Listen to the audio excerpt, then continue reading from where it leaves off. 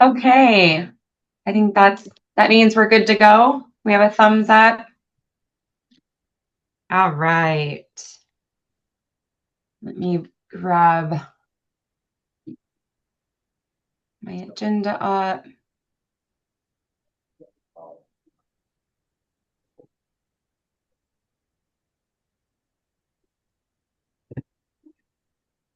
Okay, aloha everybody. Good morning. Good to see everybody online and in the room at Kona. We are just starting the Environmental Management Commission meeting for April the 22nd. And my name is Chair Perez from District 4 in Puna. And if we could go ahead and just have a quick call to order, that would be great. I am not in the room, so it might be a little bit challenging for me to facilitate everybody online and in the room. So maybe we can go ahead and start with Justin and John in the room. Aloha, Justin Canellis, the Vice Chair, District 6. Good morning, John Komitani, District 9, Kohala. Great. Alex White, Cycling Specialist, DEM. Do we want to go ahead and start with those online? Good morning, Dan Gerben, Director of DEM. Oh, I'm so sorry. Can we just start with the commissioners roll call still? Louisa Lee, District 3. Chair Perez, can you just have all the online commissioners announce if they have anyone in the room with them as well? Yes, please. If you can confirm that nobody else is in the room with you. I am by myself in my room. Thank you. I am by myself. Louisa Lee. Commissioner Beats. Yeah, Jim Beats, District 1, no one in the room. Okay, excellent. So we do have call to order, which we have roll call, which means that we can go ahead and begin. I'm going to start with introductions of a new commissioner, Louisa Lee. She's joining us from Keaukaha. She joined us last month, but we had a little bit of a short quorum. So this is the first meeting for full quorum. Would you like to say hi and to reintroduce yourself? Aloha, everybody. Louisa Lee again, District 3. I think you'll hear people refer to me as Sasa, which is what many people call me, and happy to be here and look forward to learning more about this work and hopefully, contributing in a small way. We're very excited to have you on and to have our seats be filled. All right, if we could go ahead and, does anybody have a motion to approve minutes for January 28th? We have a couple of minutes that will go through approval. We have a little bit of house cleaning to do, and then we'll start into our public statements for the agenda items. Can I get a motion to approve the January 28th meeting minutes? Jim Beats, District 1, I move. Second. I'm sorry, did we have a second? Yes, second. Okay, great. Do we have a motion to approve? All in favor? Aye. Aye. Aye. Okay, so all in favor, no nays. Okay, so motion passes to approve the minutes for January the 28th. We can go on to the next approval of minutes for March the 25th. Do I have a motion to approve March 25th meeting minutes? So moved. Do I have a second? Second. Great. All in favor to approve the March 25th meeting minutes? Aye. Aye. I'm sorry, can we just raise your hands? Because I'm having a hard time hearing and I just want to make sure. Okay, great. We have all in favor. Any nays? Nope. Okay, so the meeting minutes for March 25th pass and are approved. Okay, if we have any public statements that would like to make a public state, or any people that are joining that would like to make a public statement at this time for any of the agenda items on this month's agenda, you're welcome to make those statements now, or you can go ahead and wait, and I will ask at the very top of that agenda item again if anybody would like to make a public statement. I'll go ahead and pause. I'm not sure if other folks are in the room or who we have in line. If we have folks online that would like to make a statement and testimony, please just go ahead and raise your hand.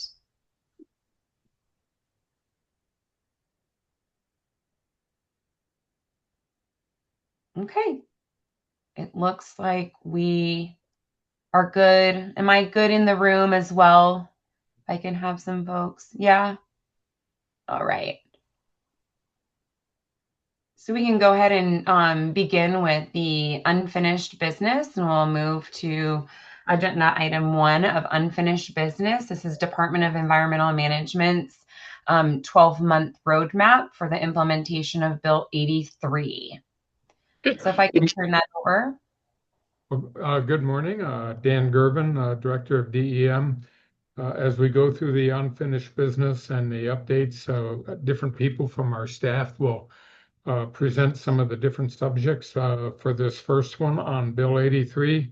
I'd like to introduce Alex White. Good morning, Alex White, Recycling Specialist with DEM, presenting on the Bill 83 implementation roadmap. As you know, the effective date for Bill 83 is January 20th, 2027. DEM has a number of steps that we need to go through to be ready for that implementation date. The very first step of that was the internal drafting and determination of the impact of the bill. So DEM has drafted an initial rule set to complement and be able to implement this bill. It was determined that there is an impact on small businesses. And so DEM is drafting a small business impact statement and in the process of forming an advisory committee. So the process is we draft the rules, we prepare the small business impact statement, then we move to the advisory committee. The advisory committee, reviews the bill, reviews our rules, and provides feedback to ensure that the rules are finalized before requesting the public hearing, which is a later step. So after the small business review occurs, that's when the EMC will be provided with all the material. So right now, these products are in draft form, and so we'll go through the advisory committee, refine it, and then present it to the EMC.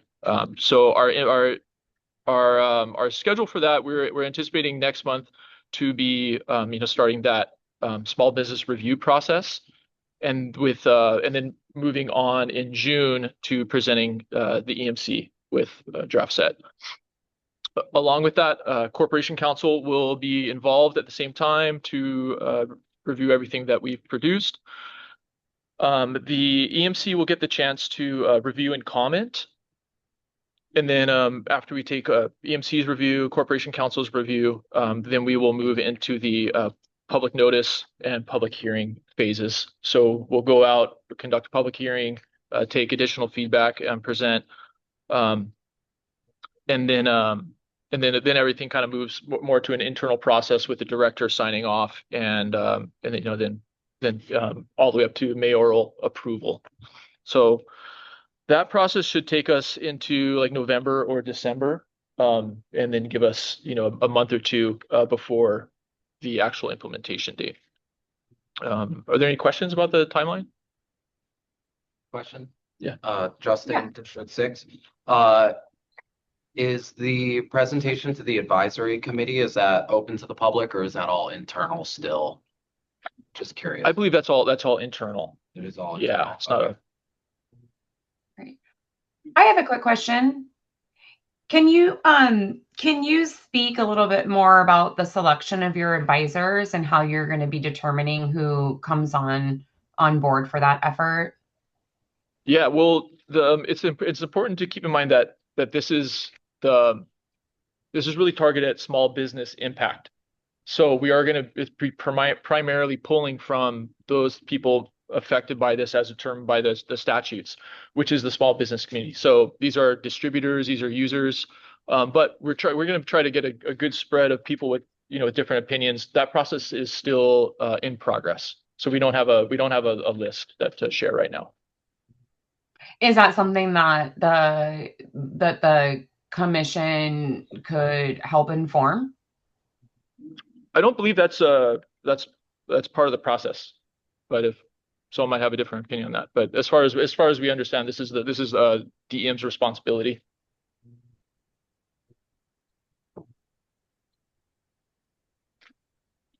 But we're certainly open to hearing if you make recommendations. But there's no our understanding is there's no formal process to involve the EMC on that phase. That'll the EMC's process will come later on. Okay. All right. There's nothing else. So step down. Thank you. Thank you. Okay, is there any more questions regarding that update? We'll go ahead and move on. The next update is regarding the Department of Environmental Management. Oh, I'm so sorry. 1 second. I went down too far. An update on its priority projects that are included in the mayor's proposed fiscal year capital improvement program budget. Okay, we are going to present three different groups of information, about 3 or 4 minutes each. 3 different people. We'll start with Kelly Hartman. Thank you.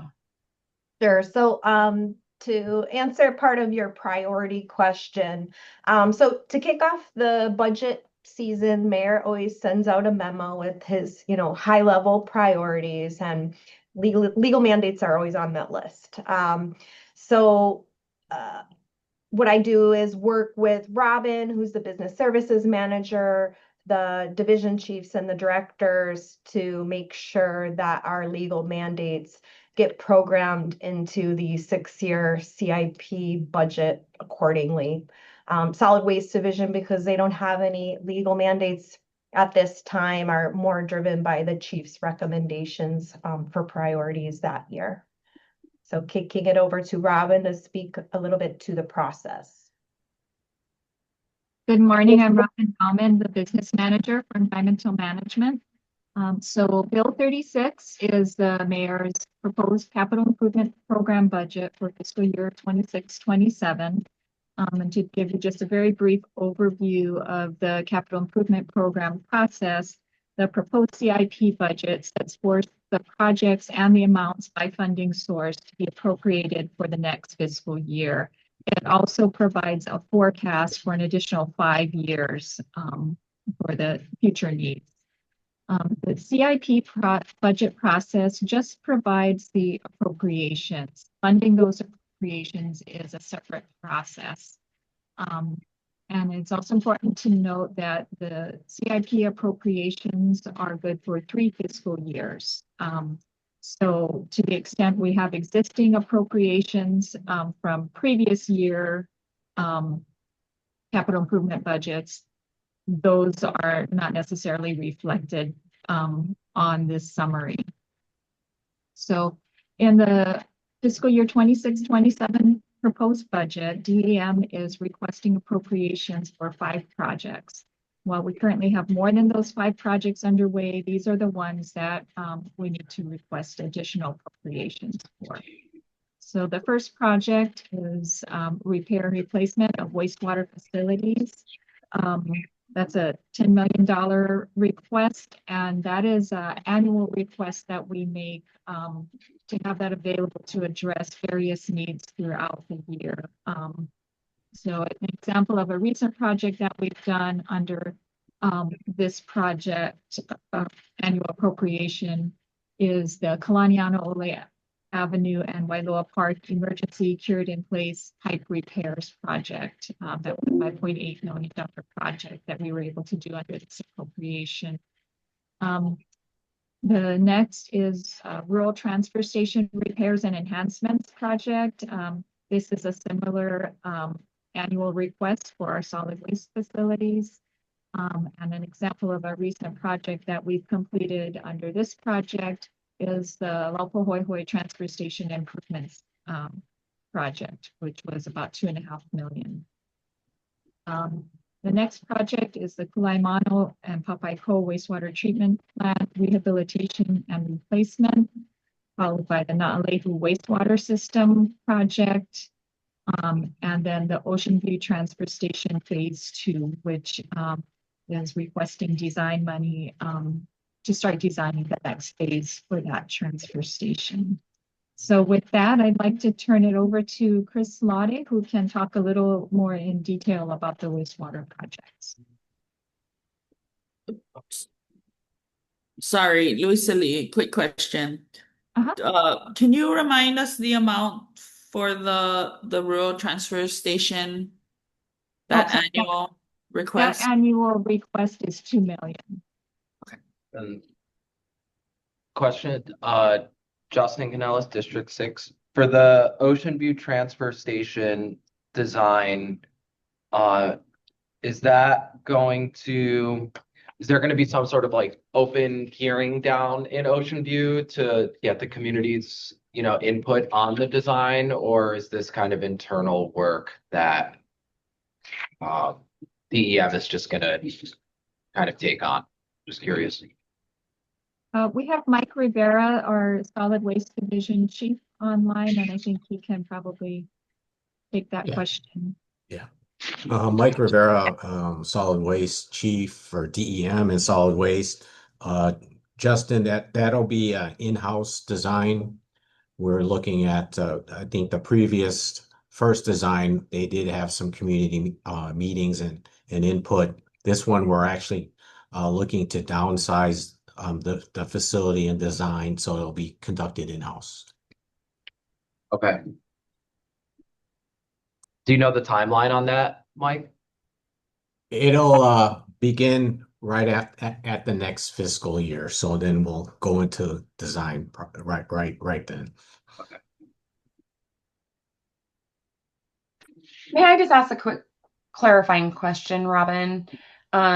This is Chair Perez, District 4. I'm just curious. So if I'm to understand this process correctly, these are CIP projects that we're requesting additional funds for fiscal year 26-27. These are outside of some of the initiatives that are already being undertaken that we have funding for. Is that kind of what I'm understanding? There is funding that's secured, that there are projects that are going to be moving forward, but these are funds that just are not captured yet for these 5 specific projects. That's correct. A good example would be like the Gila wastewater treatment plant project. It's underway, but we have the appropriations that we need at this time. Okay. Just wanted to make sure I was understanding that correctly. Thank you. Yeah. Well, sorry, another question, Louisa, District 3. So in that instance, how do annual requests work? Am I understanding that an annual request is something that these requests are made every year in order to, for example, the repair and replacement of the sewage system? That's like an appropriation that's being requested every year to ensure that, like, in the event that something happens, there's a repair and replacement fund. That's correct. And in the past, are all those funds used? Like, what happens then? No, not necessarily. They're not fully used, but again, these are appropriations. They don't come with the actual funding for the project. So as the need arises, like the Laupohoihoi transfer station, we come up with the estimated amount for the project, and then we work with finance to allot funds From that appropriation. for that appropriation to move forward with that specific project. Okay, thank you. I'm sorry, Robin, you were about ready to pass it over to somebody, and I don't Oh, know. I was going to pass it over to Chris Lottie to talk more about the wastewater projects. There we go. Hey, aloha kako. This is Chris, temporary assignment chief for wastewater division, and was going to talk briefly about the Kula Imano and the Papaiko projects. The two plants are similar. They're up on the Hamakua coast. They're small plants compared to Hilo, which I'll talk about later. So at both plants, the first treatment train of the plant is what we call the headworks, because it's at the head of the plant, and it removes large items that can't be treated in the plant, like rags we expect to catch there, grit, anything that people flush inadvertently. So at both plants, the headworks are not working as well as they should. So the project includes rehabilitation or replacement repair of those items in the headworks. At Papaiko, we also have a clarifier, which is a big settlement basin, which is designed to remove smaller stuff that's suspended in the wastewater. So that's pretty much the extent of that project. There are also, once we get those items fixed, there are other items at the plant that we'll address under the maintenance and repair budget. And like Robin and Louisa were discussing, we have a placeholder for those funds, but we need to quantify how much we need and get actual allotments. Kula Imano, we also have, in addition to the headworks, we have some aeration. So that after the headworks, the wastewater gets a lot of air bubbled through it to help remove some of the solids and also help bacteria break down solids. I apologize. And that takes a lot of air. So we have a big air compressor basically, and it forces air through these different treatment processes. And the piping has disintegrated. So we need to finish replacing that piping so they don't have air leaks and we use a lot less power. And again, much like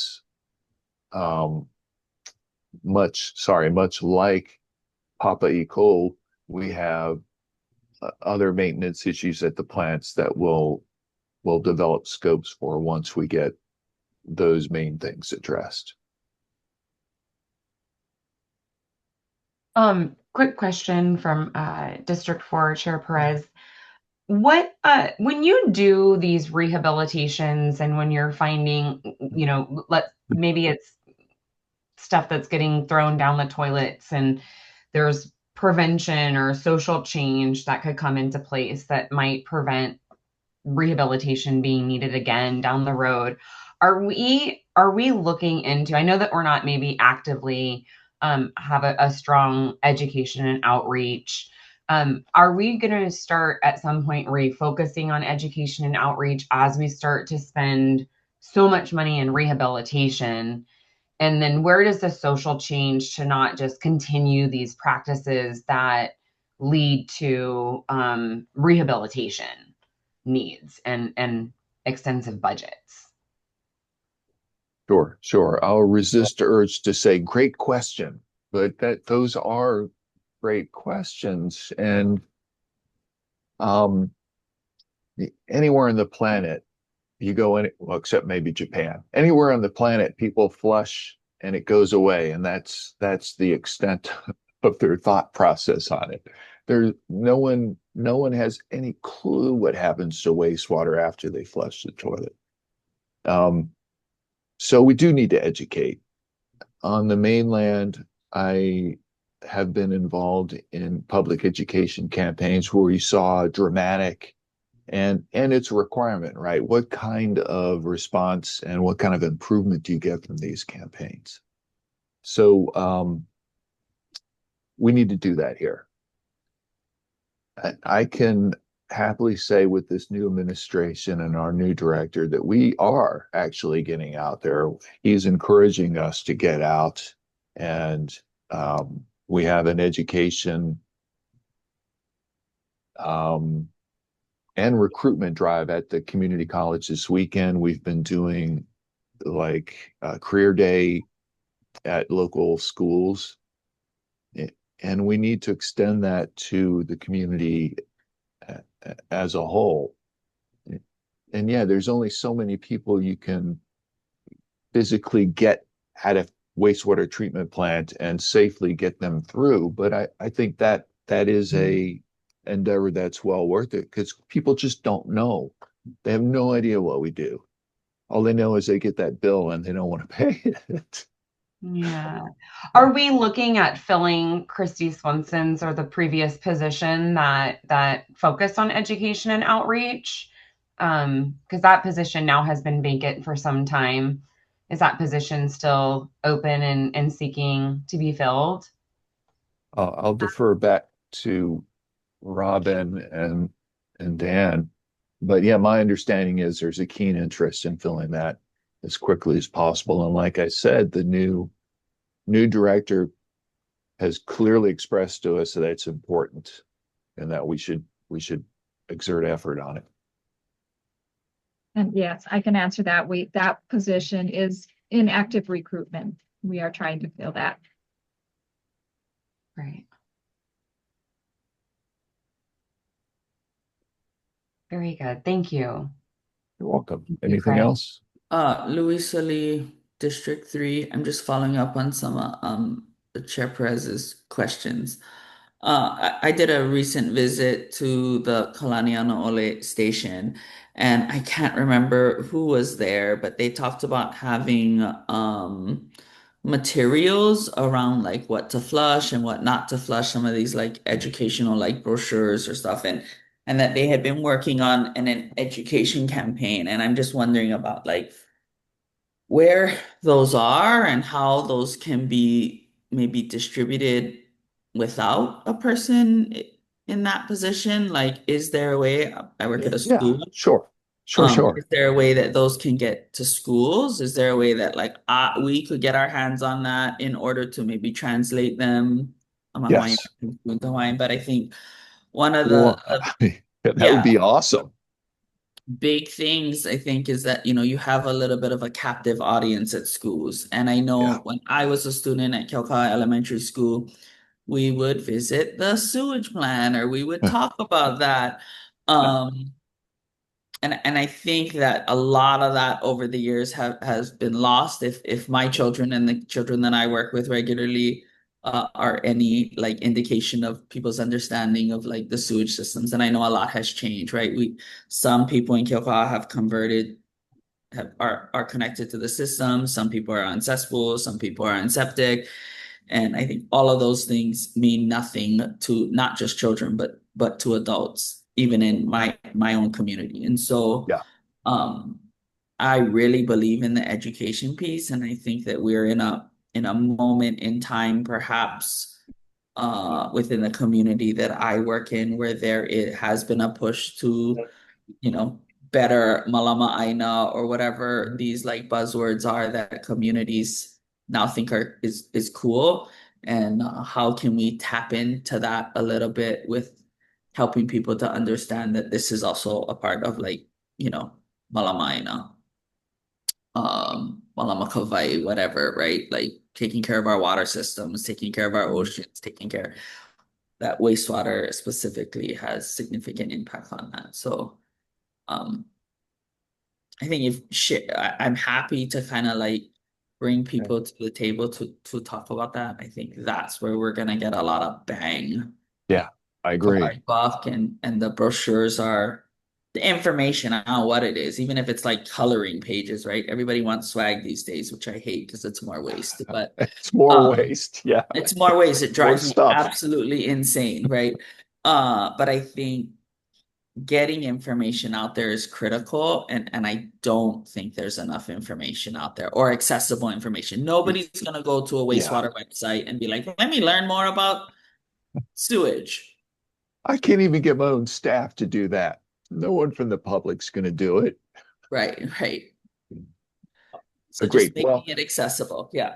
I can contact you offline and put you in touch with some staff here, and we can certainly give you whatever we have. We would like to work together with you, develop more materials and adjust the ones we have because we before Dan got here, we were kind of, I don't want to say we were discouraged, but it was like that's the last thing you guys need to be doing.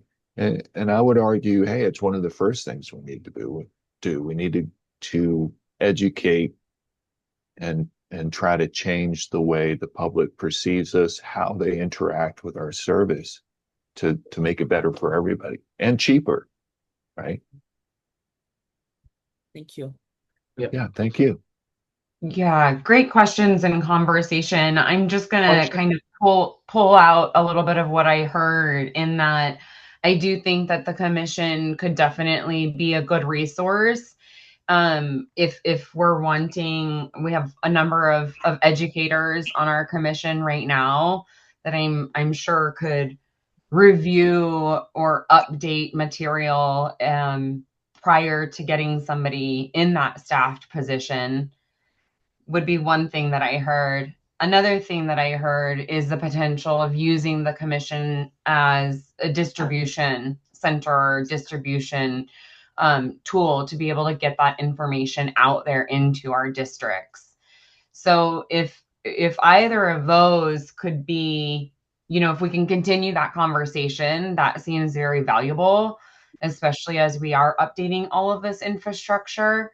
It'd be great to not find ourselves in the same predicament, 10 years down the road because we aren't educating our community about it. Yes, agreed. One quick question, Justin, District 6. What is DEM's budget for educational advertising and campaigns? Just curious. Not nearly enough. I don't know off the top of my head. I'd have to look at it. And again, I would point out that prior to our current leadership here at DEM, that budget was zero. And now there is a defined budget. So it's progress. I will say that just in some of my own work, Facebook geo-tagged ads, targeted ads to locations are actually incredibly effective and extremely cheap, like $5 or $10 a day to reach 5,000 people. So you're talking way above my head, but I understand the concept. Yeah, but whoever that new vacancy position, for education dissemination for DEM, that could be a way to really, instead of putting out more paper and waste and everything, just cheap and effective ways that we can use to get information out where people are digitally. So, anyways. Yeah, I think that would be my vision, and I would encourage that as much as I can. It's the 21st century, and we should be on social media. We should have a presence.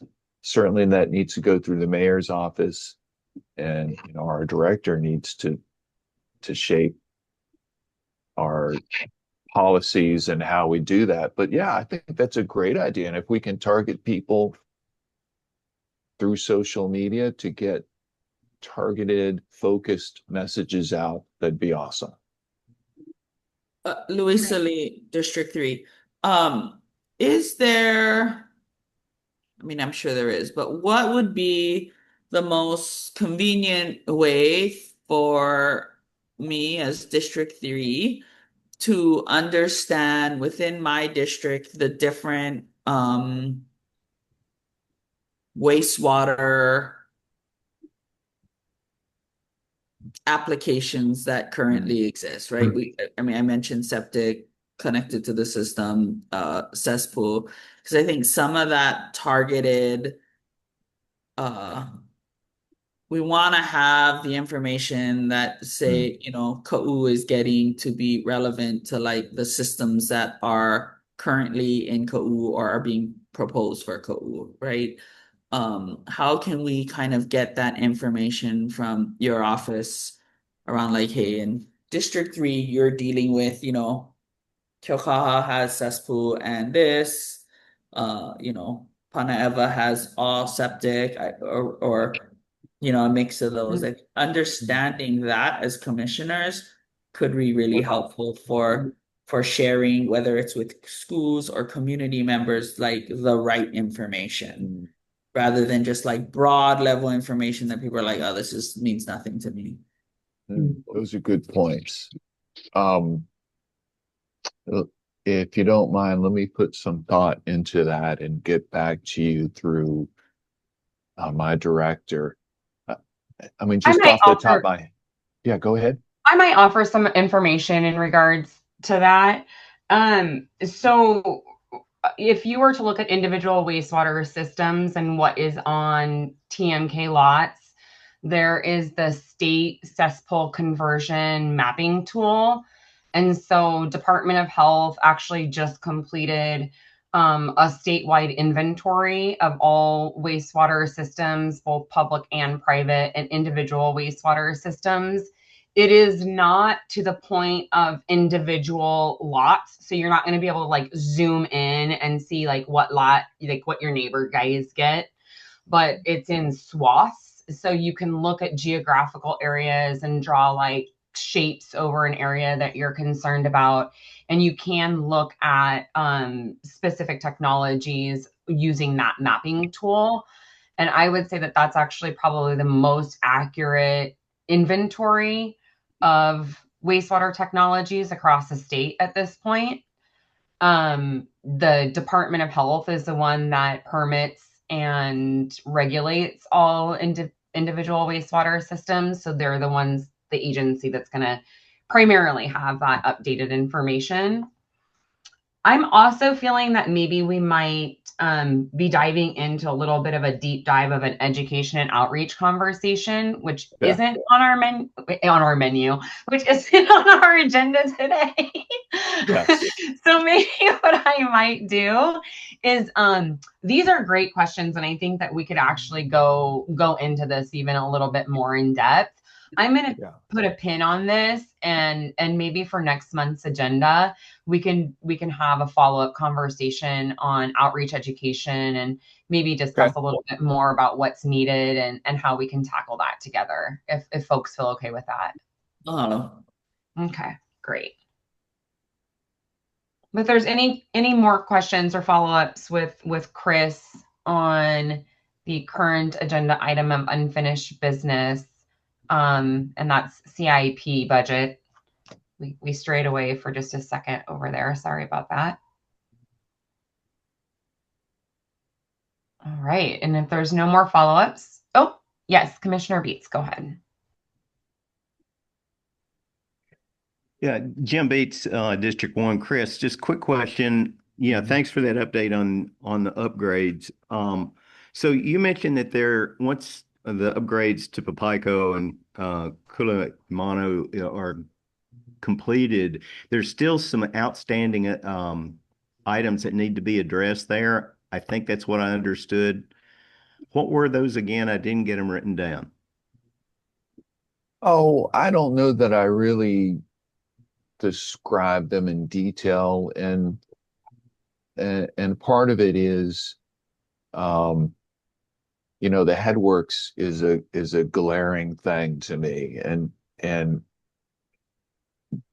because it's like the foundation of the house, right? If you're looking to buy a house and you say, oh man, that foundation is shot, you don't do anything until you fix that first. So all the downstream processes in the plant depend on the headworks working efficiently.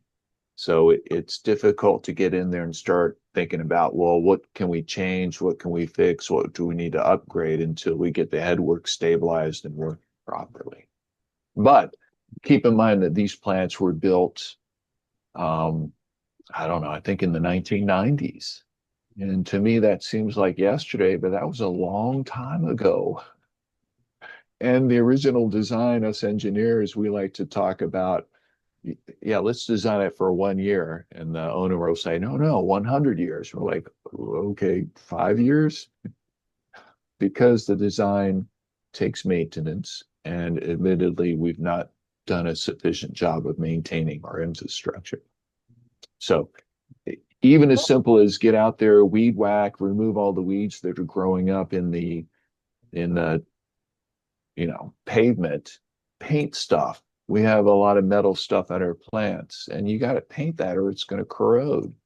There's so many routine maintenance things that we need to get caught up on that it's I would say give Dan and the rest of us a little bit of time to get these things in order. I don't know, what's another analogy? How do you eat an elephant? One bite at a time. Let's focus on the main thing is the headworks here. And then at Papaico, it's the clarifier after that. And then we'll see for Kula Imano, it is headworks and then the aeration systems. Because that's, if we're leaking air, we're paying for air we're not using, right? So let's stem the red hemorrhaging budget Yeah, here. I think I understand now a little bit better from what you say, because after you finish the headworks, you'll reassess, but you already know for Papaico, for example, the clarifier needs attention. Yes, and after headworks is done, then we can shut down one train of the aeration basin, right? We can pull it offline, we can clean it up, we can take a good look at the concrete. Is it in good shape? Do we need to replace the internal piping? Do we need to spray waterproofing? Whatever it is. And that will come. And like Robin and Louisa were talking about, we do have some budget available to do maintenance. So we're trying to shift the conversation to let's do maintenance. This budget's available. Let's spend it. Let's use that budget to make the plans work properly. Yeah, great. Thanks a lot.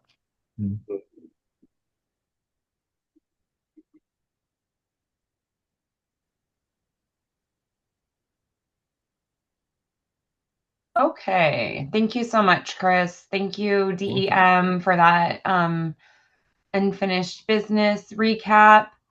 I'm going to go ahead and move on. I don't believe there's any other hands up. I don't see any hands. Okay, we'll move on to the next agenda item, which is updates from the Department of Environmental Management. Before we begin the updates, is there anybody else that is either in the room or online that would like to provide public testimony? Yeah, but you gotta ask every time, like, no? Okay, then we'll go ahead and move on, and we'll pass the baton to DEM again. We'll start off with general updates, current staff vacancies, and strategy for recruitment. We're going to let Robin Bellman, and is Kahula online today? No, she is not. She's actually in interviews. Oh, that's right. She told me she would be doing that. Well, Robin, would you please go ahead and address that? Yes, again, I'm Robin Bauman, business manager for the department. We're making a lot of progress in filling our vacancies. So far, since the first of the year, we've filled 23 positions, which includes 9 new hires, 11 promotions, and 3 transfers. We also have 28 positions that are currently in active recruitment. So we're making a lot of steady progress in filling our positions. We have a long ways to go, but we're making a lot of progress. I mentioned 11 promotions and 3 transfers since January. These promotions and transfers are very important to us as they help us to retain employees and help us to develop our employees.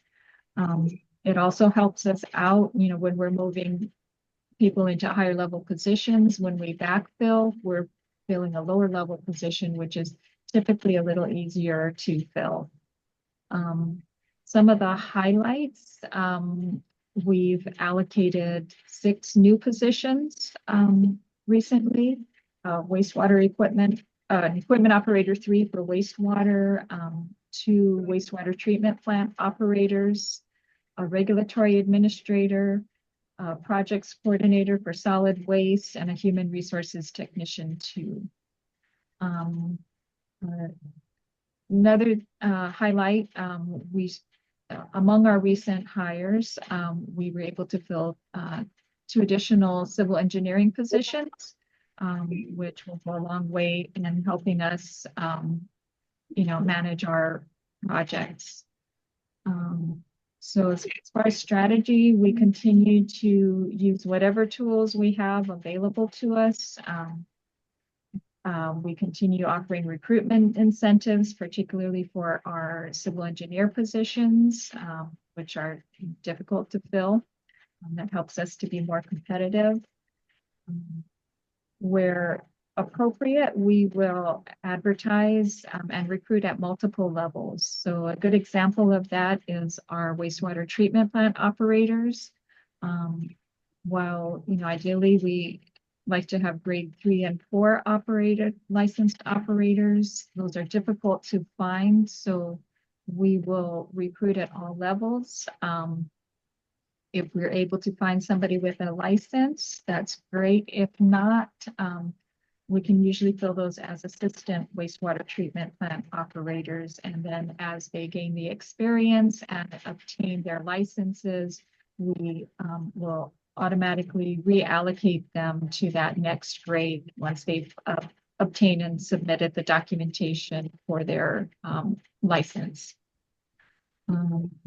So we also, when we have positions that are really hard to fill, we will take a look at those job descriptions and the minimum requirements. Is there something in there preventing people from qualifying that doesn't need to be there? So, we're constantly reviewing that, and where necessary, redescribing positions. So, we're making a lot of progress, a long ways to go, but we're making steady progress. Question, Justin Canellis, District 6. How many vacancies do you all have still? So currently we have 64 vacancies. And I'm curious, is it legally possible for maybe some of these harder positions to fill, to remove some of the vacancies? So say take away 10 jobs and then reallocate those salaries and benefits to other more needed positions to make them more attractable and competitive in the market. So, doing a kind of a cost benefit analysis of like, well, we haven't been able to fill X jobs for these years, being able to maybe take some of those, resources from those positions that, haven't been able to be filled to make other jobs that are more important, more attractable to fill. Is that possible in DEM? It is possible to reallocate a position. So, say, like civil engineers, maybe a project coordinator might be sufficient for our needs. We could reallocate a position and try to fill it as a project coordinator, if that can also meet the needs of the department. So we do take a look at that. If we have a difficult to fill position, is is there another class of work? You know, can we fill it at a lower level to get somebody in to help us, or can we reallocate it to a different title? We can do those types of things. And then my follow-up to that would be, have some of these vacancies been years long, you know, for some of these positions, like multiple years vacant? Yes, yes, we have had some, and some of that was we're very shorthanded in our HR section, and so no one to really work on updating the position descriptions and reallocation. So we are playing a lot of catch up. And then I guess my last follow-up to that would be, so for some of those positions, you know, could you take some of the monetary allocations for the salaries and such, and then move those to, say, public education campaigns or things like that? So kind of eliminating positions altogether that might not be filled or that you haven't been able to fill for years, and use those funds to, you know, like we talked about, like maybe deploy an education campaign around a certain thing, or I'm just curious if money can be moved around like that within your budget. Once the budget is approved, that's not something that's typically done. We don't transfer money out of salaries and wages for other purposes. However, during the budget process, if the department decided we didn't really need that position, you know, we could reduce that and perhaps, you know, increase outreach and education or something else that was needed. Okay, just curious. Thank you. I can add, Dan Gervin, Director. I can add to that a little bit. Some of these positions that have been posted for a long time and have not been filled have been a concern for me. And you know, if we don't change something, we're going to continue to have less than successful results. So during this last cycle, I worked with our internal HR department, and then they are able to work with the DHR. And we've changed the descriptions of some of the job positions. For example, virtually all of our engineering positions start with the requirement of being a civil engineer. And I suppose that has to do with the history of how the wastewater division was formed in the first place. But in reality, the work that our engineers are doing here could be done by many other engineering disciplines, be they mechanical engineers, chemical engineers, process engineers. You know, there are engineering and other engineering disciplines and trainings and backgrounds which would be very capable of doing the work that we do here. And when we limit the applicants to only civil engineers, well, then we're limiting our market, our pool of people that we could hire from. So over this last period, I've worked with our internal HR department, and we have been able to change some of the PDs, the job descriptions, to open them up to a number of engineering disciplines.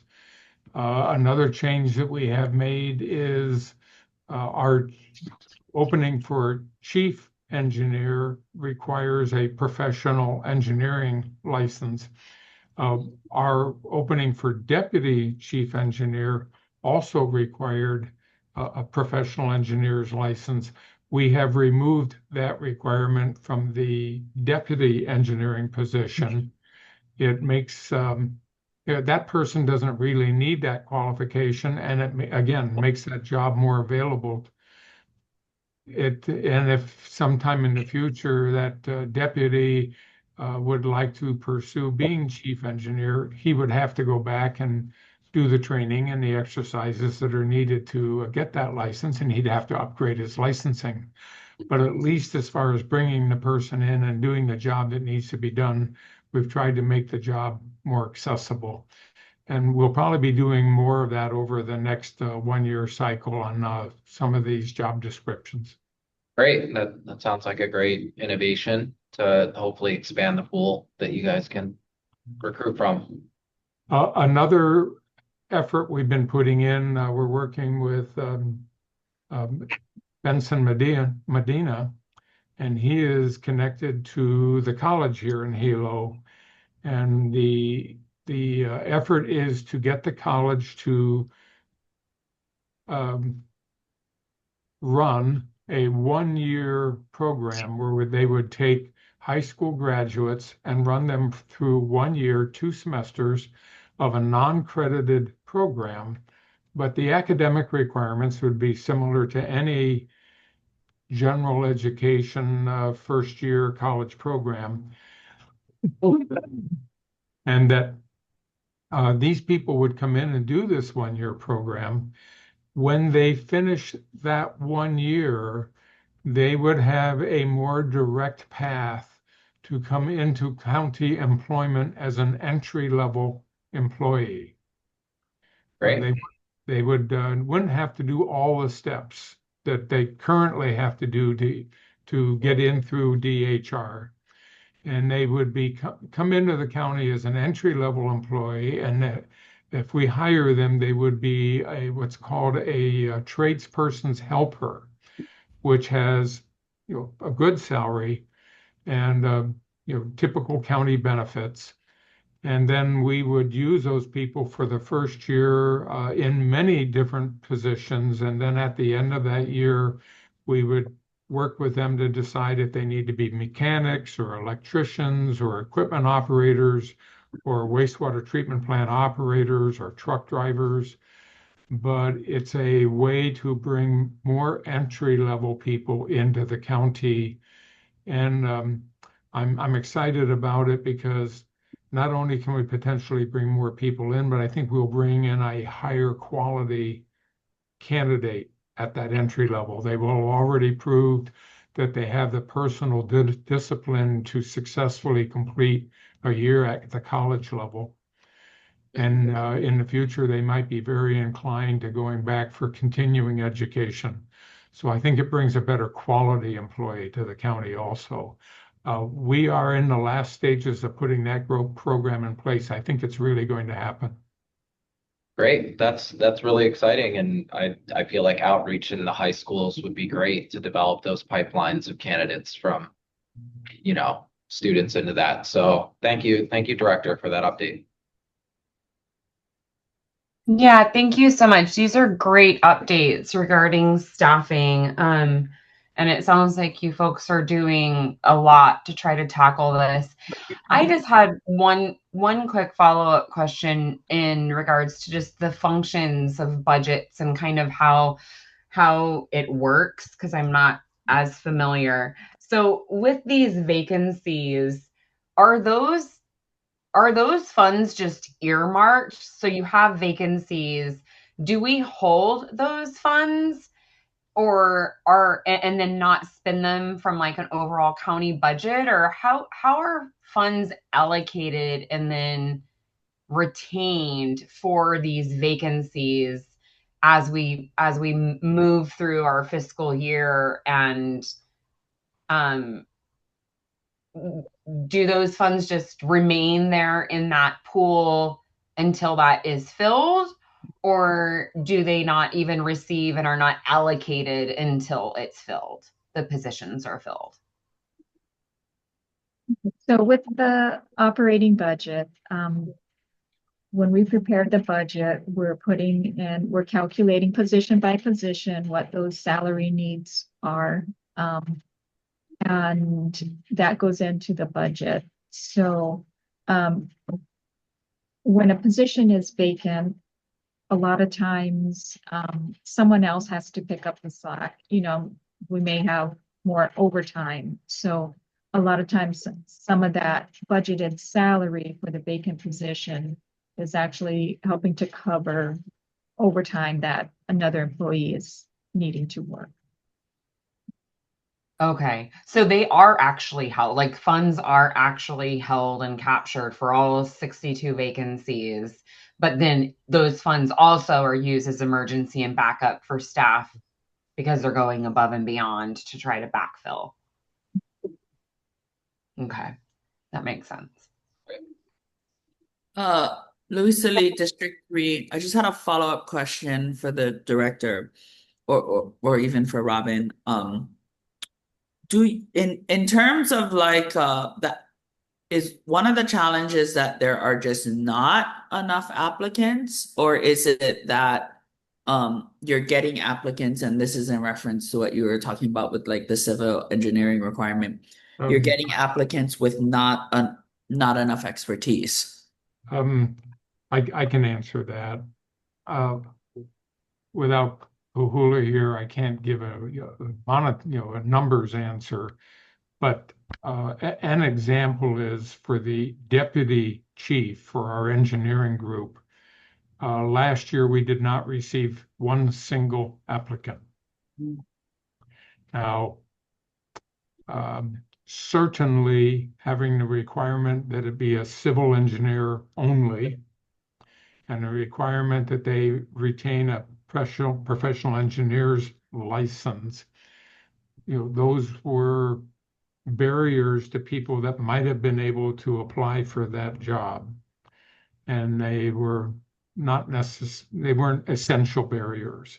We can get good service out of people that don't have either one of those. So that was part of what started the effort to change the description for that job opening. And we've just, changing job descriptions here is a time-consuming process. It takes many months, and we are just now putting those new job descriptions in the listings that are available to the public. We hope that those changes will be productive. We'll hope to have a better, larger number. I think you will always receive applications for applicants which for one reason or another just aren't suitable for your particular position. I don't know that we're going to have much of an impact on that part of it, but we just need more applicants. Sorry, and then one more question. In terms of the hiring timeline, do you feel like the timeline from, say, when you get an applicant to hiring or notification is conducive to encouraging applicants? And I'm just speaking from the perspective of, like, say, UH system, right? Like that hiring process is so cumbersome. And many times, like, they get an applicant and it takes them months to process it. And by the time they go to offer, that person has taken a job somewhere else. I think you understand that very well. I agree with your comment. Yeah, it is a cumbersome process. And, we try to act on, the lists that were referred as soon as we can. Depending on how many recruitments are going on and DHR staffing, it can vary on how quickly we can get a list of names. The Department of Human Resources does the initial screening. So, there's some time there. It takes, if they've got a lot of applications, it's going to take them a little longer to get them all screened. Yeah, it does take time. We try to act as quickly as we can because, that can be a problem. Someone applied months ago and has moved on and found something else. Yeah, I hear that there are a lot of challenges. I think, like, the compensation level that the county can offer is often not competitive to, say, a civil engineering going into a private, and then, like, the long hiring process, like, all of these things make it difficult to recruit good candidates or people to even apply, right? Thank you. Thank you guys. It sounds like you're trying to tackle it at all angles. So you've done some good work, and it looks like you guys still have some work ahead. But I'm sure nobody wants staff more than DEM to be able to support all of your workloads. So I appreciate that. Okay, if there's no more follow-up questions regarding staffing and vacancies, we'll move on to next agenda item. All right, so solid waste updates, and we're still under DEM updates. And I think we have Mike Rivera on board to tell us about that. Yep. Mike Rivera, Solid Waste Division Chief. I'll present an update on the Pahala Transfer Station remediation of the sinkhole. I think Alex has a presentation to pull up. Mike, do you mind share your standby on that? Do what? Stand by 1 second.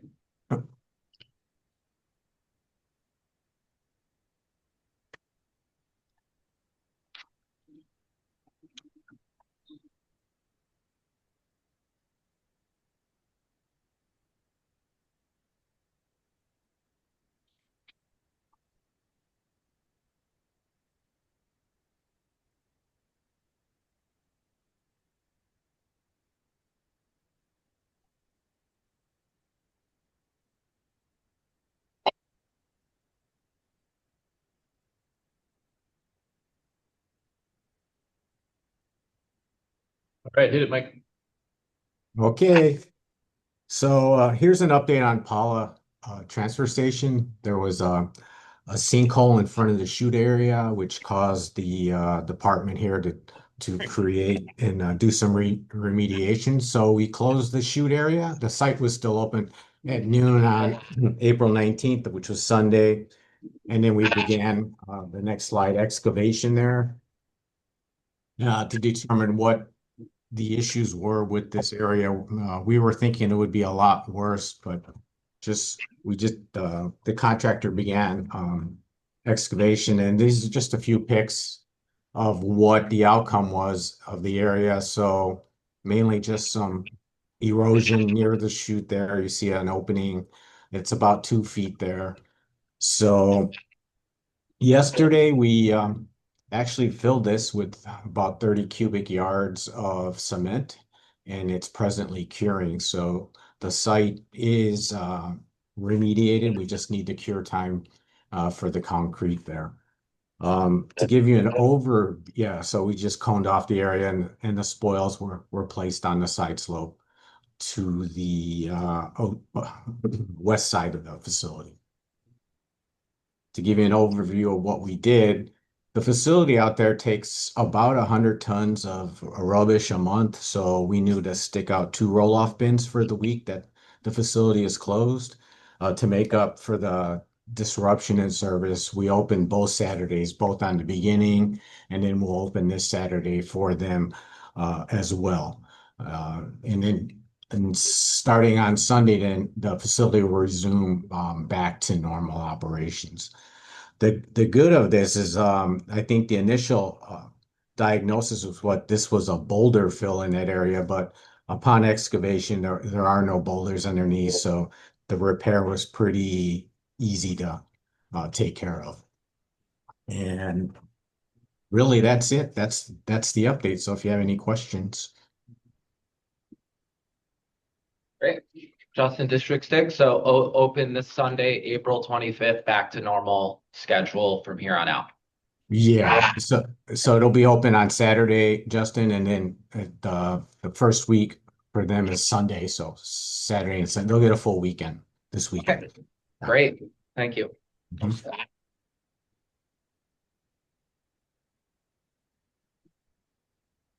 Okay, I don't see any other questions online.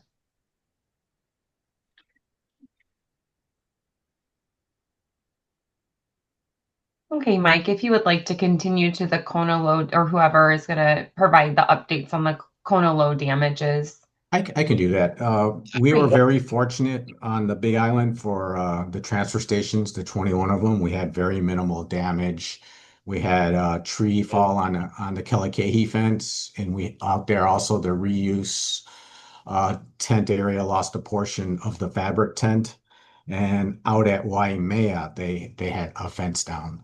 So that was it for pretty much for damages. Now this week we began receiving the green waste storm debris from DPW from around the island. So we'll start receiving that. It'll be approximately 90 to 100 loads of green waste that will be taken to Wehoff on the west side of the island. And with that, we will document each one of these loads with pictures, the license plate, before dump, after dump, and we'll immerse that with the DPW form so we can submit that to HIEMA for reimbursement for the county. And with that, that's the solid waste update for Kona Low. So we were fortunate. We were much more fortunate than Oahu and Maui. For sure. I believe even Kauai got hit pretty hard.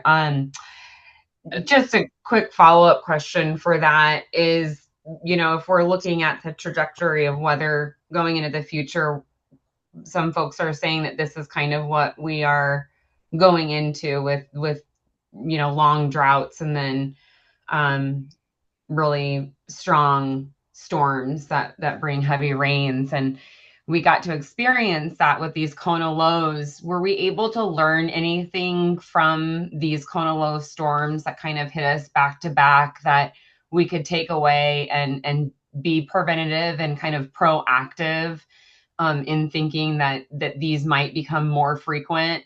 I know Pahala and Alehu got hit pretty hard. So it's great to hear that they didn't receive damage. But can you just talk maybe a little bit about, any takeaways that you feel are important enough to maybe create action and create maybe some safety plans moving forward? Sure. So one of the things the department already does before the Kona lows was when we know a storm's approaching, and there's potential for debris, whether it's a hurricane or a tsunami or all the transfer stations that have or the base yards will make sure that the containers or trailers are empty at the end of the day, that the vehicles that are going to, the grapplers and roll-off trucks are empty and full of fuel. So we have that availability for storm debris cleanup. And we also notify the security forces just in case there is transfer station shutdown, that we have security out there. That was something we learned from the first Kona low, as we had that 3-day shutdown for the transfer stations. That first day, we didn't have enough signage out to prepare and inform the residents that the transfer stations were closed. And so we learned that, and we also had to increase some security out there at different sites due to illegal dumping. But for the most part, the DEM or solid waste is pretty prepared for this type of emergencies. That's wonderful. Yeah, thank you for keeping us all safe. I can add to that on the wastewater side also. Please. Probably two things have happened. One is that the mayor has encouraged civil defense to become proactive with respect to these storms. So we start having regular meetings at the Civil Defense Office, talking about what the storm will bring, when it will be here, so that each of us can go back to our departments and make the appropriate preparations. Within our wastewater division, what the storm really brings to wastewater is more water. We wind up with a lot more water in our collection systems when we get these heavy rains. So we have to change how we operate the treatment plants. For sure, we need to add staffing. Normally, our treatment plants are not staffed through the weekend. When these storms come, they seem to come on weekends. So we bring in and staff the plants 24 hours a day during the heavy rain portion of the storm. We also have to man some of our lift stations around the island. So it's a pretty much all members on deck for the period of the storm. They check their generators, they fill up the fuel tanks for the generators, they run the generators, unload them, make sure they're ready to go. So our wastewater department has gotten a lot of practice with these storms to be fully prepared before the storm arrives. Good. Erica, to add on to what Dan said, the civil defense, we still are in twice a week meetings to give updates on the past Kona lows and the cleanup. So that is ongoing. Great.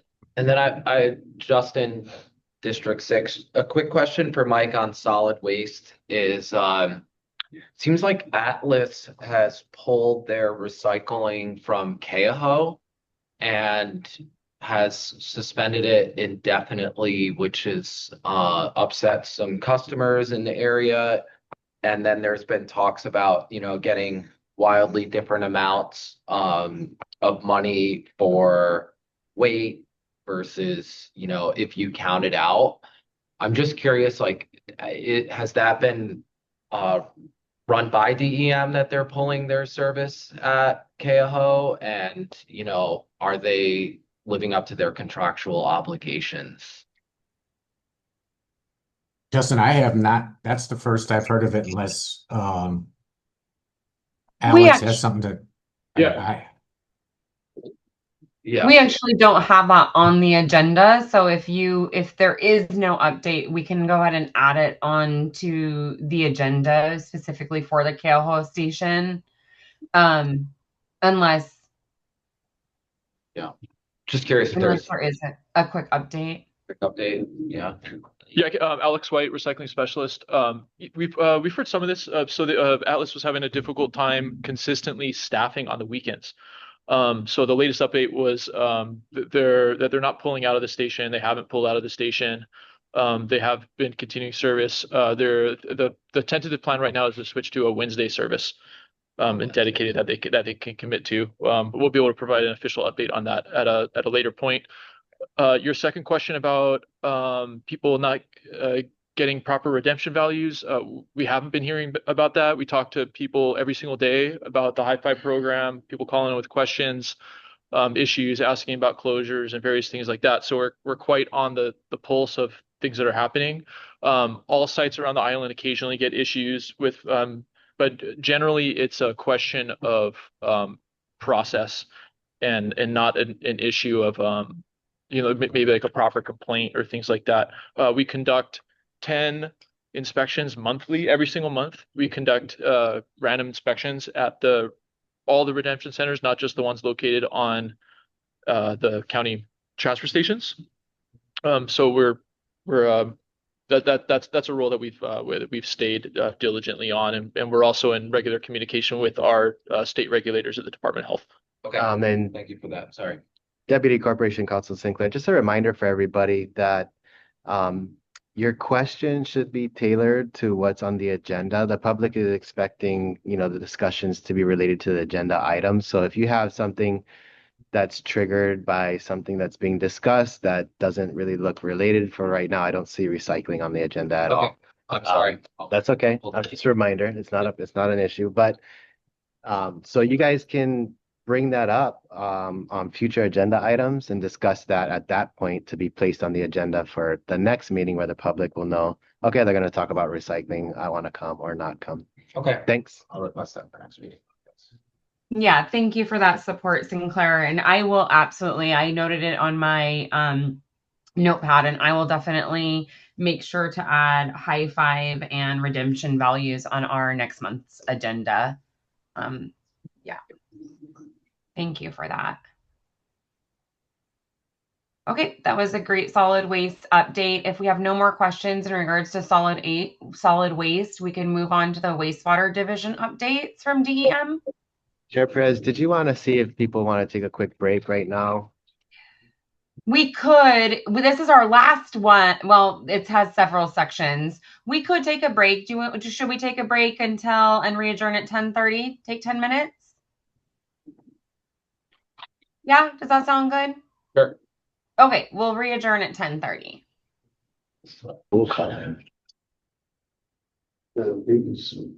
Great. I think that we have everybody back. Commissioner Beets has returned, and is Louisa here? I can't. Oh, yep, there she is.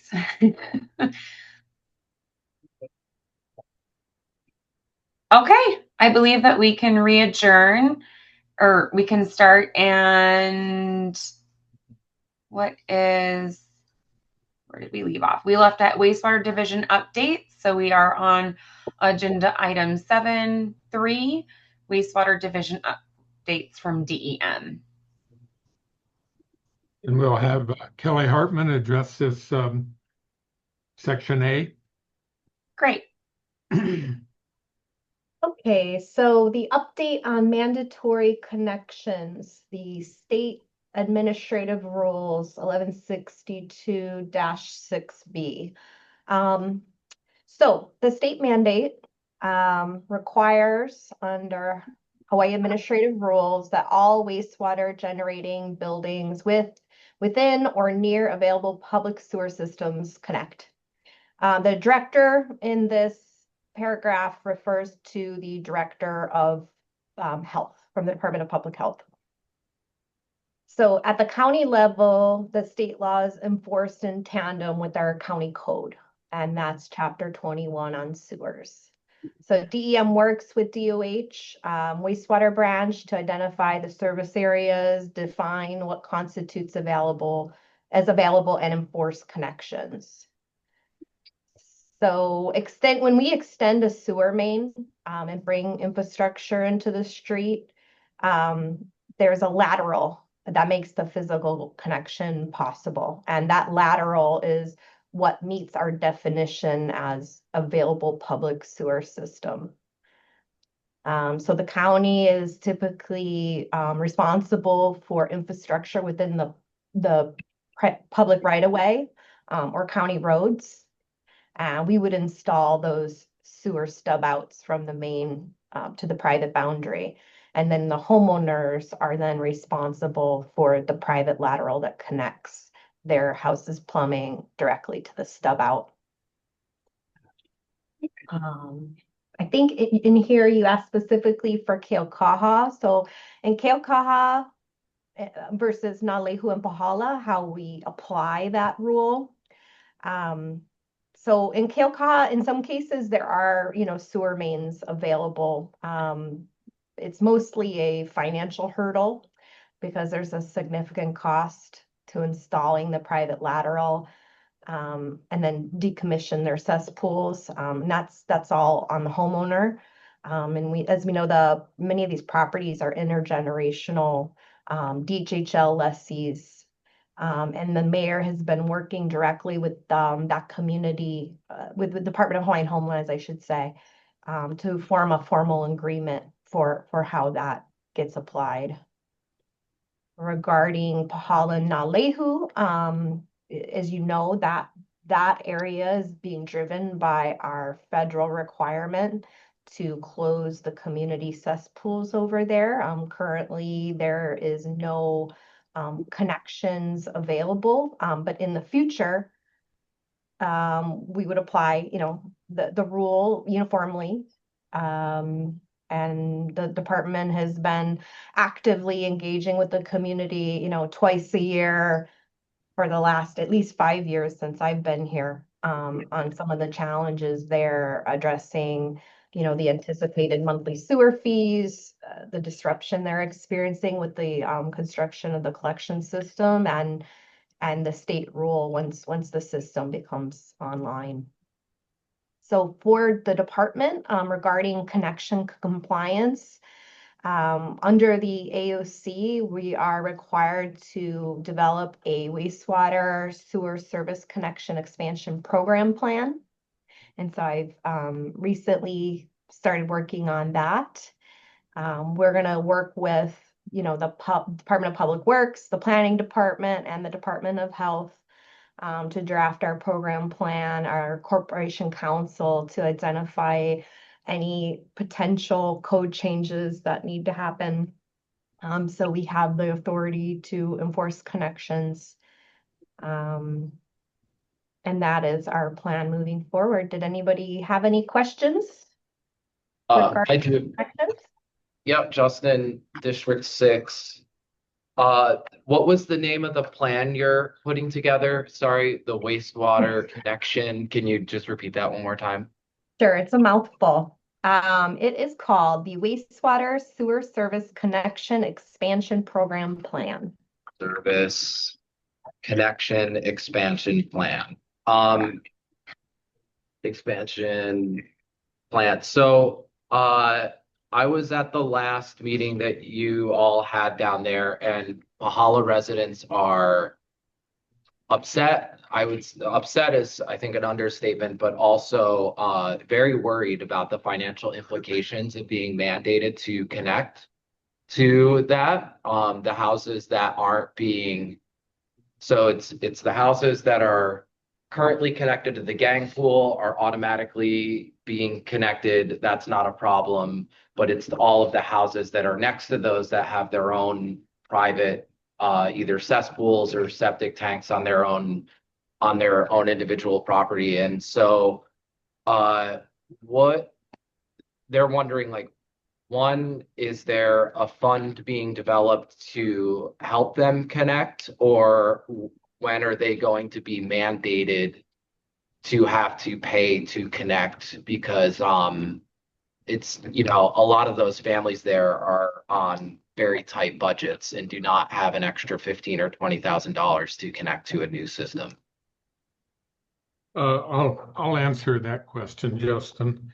I was at that meeting, so I'm aware of the concern that you have.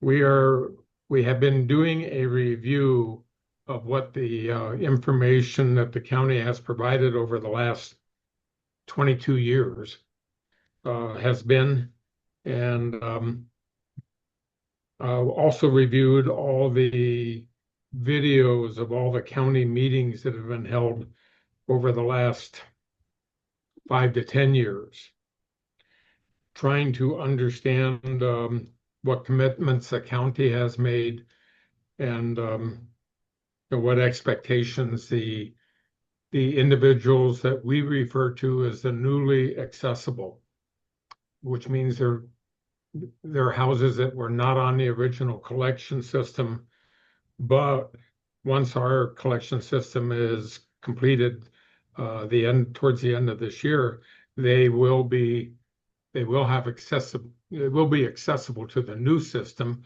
and under this county code would be required to connect. That answer to your question is, I'm going to say, being formed as we speak. I need to prepare my presentation to the department here and to the mayor's office. And once we are through that process, we will be prepared to come back with a more detailed answer to your question. Okay. Because I have several community members that want to hear from me after this meeting. So you're saying that rules, that the guidelines are in the works. And I mean, are they going to be expected to have to pay this year? Are fines going to be levied by the end of this year? Let's put it that way, if they're not connecting and the connections have been installed. Well, first off, I think we're getting a little off agenda here. But again, I just want to say to you that we are working on answers to those questions. When we have a complete answer, we'll get back to everybody involved. Okay, and then I would assume a public meeting in Pahala will probably occur again. Yes. Okay. All right. The If I can just go ahead and The next public meeting scheduled to be in Pahala will be in August. August? Okay. And if I could just ask a clarifying question, Director, is that going, so I realize that Naalehu and Pahala are going through this cesspool or gang cesspool change right now, and I do feel that this line of questioning is very applicable to this subject on our agenda item for sure. But is there going to be a more broader implication of this report when you come back to us, even outside of Keokaha, Naalehu, and Pahala? Because essentially, if I'm understanding correctly, we're talking about a state rule. So this is a state Department of Health rule that counties are mandated in order to follow. So when you're reviewing this rule, are you reviewing it alongside Department of Health and then seeing how it affects our communities here? Or I guess I'm a little confused as to what rule you are reviewing to update this information. Okay, let's separate this into Part A and Part B. Okay. Part A is the rule, the existing rule mandating that properties that have access to a sewer collection system are required to connect. We are not reviewing that rule. That is an in-place rule, have served communities worldwide well over the, long periods of time, have no reason to review that rule. And my direction will be to, in the future, we will enforce that rule. Part B is the question which is more specific to Naalehu and Pahala. And that's the question of who will be required to pay for what. And that's the answer that we are currently working on. So your research has more to do with this fiscal responsibility than the actual mandate to connect, because the mandate to connect is not something that we as a Department of Environmental Management at a county level can modify. That is correct. Okay, so you're specifically looking at alternatives or options that we as a county can do to help these communities, but also stay within our regulatory boundary of HAR 1162. That is correct.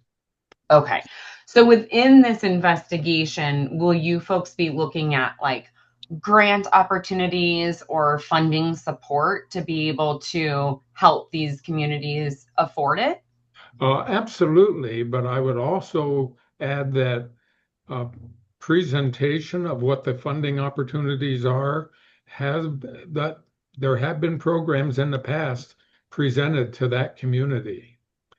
So it will not be a new subject, but we will cover it again. Okay. It has occurred to me that if and when that time comes, we will encourage some individuals that run those programs to be part of our presentation. Okay. And just as a follow-up to that, I'm very familiar with the nonprofit world and grants and funding of that nature. And oftentimes when you approach it at scale, you're able to acquire more funding to support said community. And so is there a opportunity for the county to partner with the community and actually seek funding through the county and go for grants that are larger that could help the entire community instead of each individual homeowner be burdened with applying for grants that they really don't possibly even have skills to be able to do, or it might be a struggle for them? Well, I think that's certainly a good question, but it's a question I do not currently have the answer for. Okay.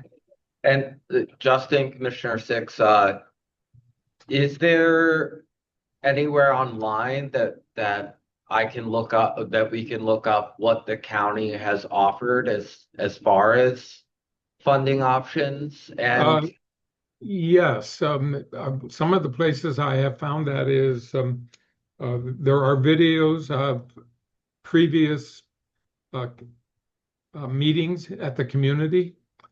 And some of those videos contain that information. Are those on the county website in the archives?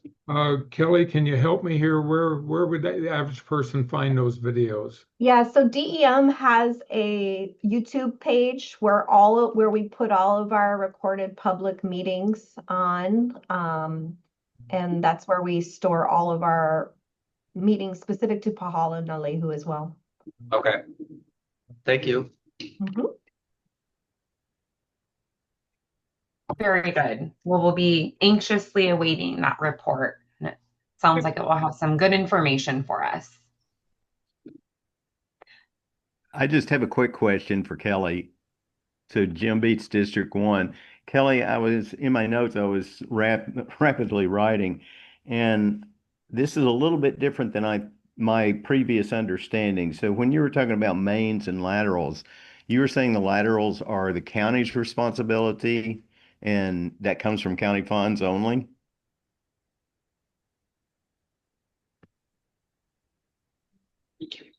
There we go.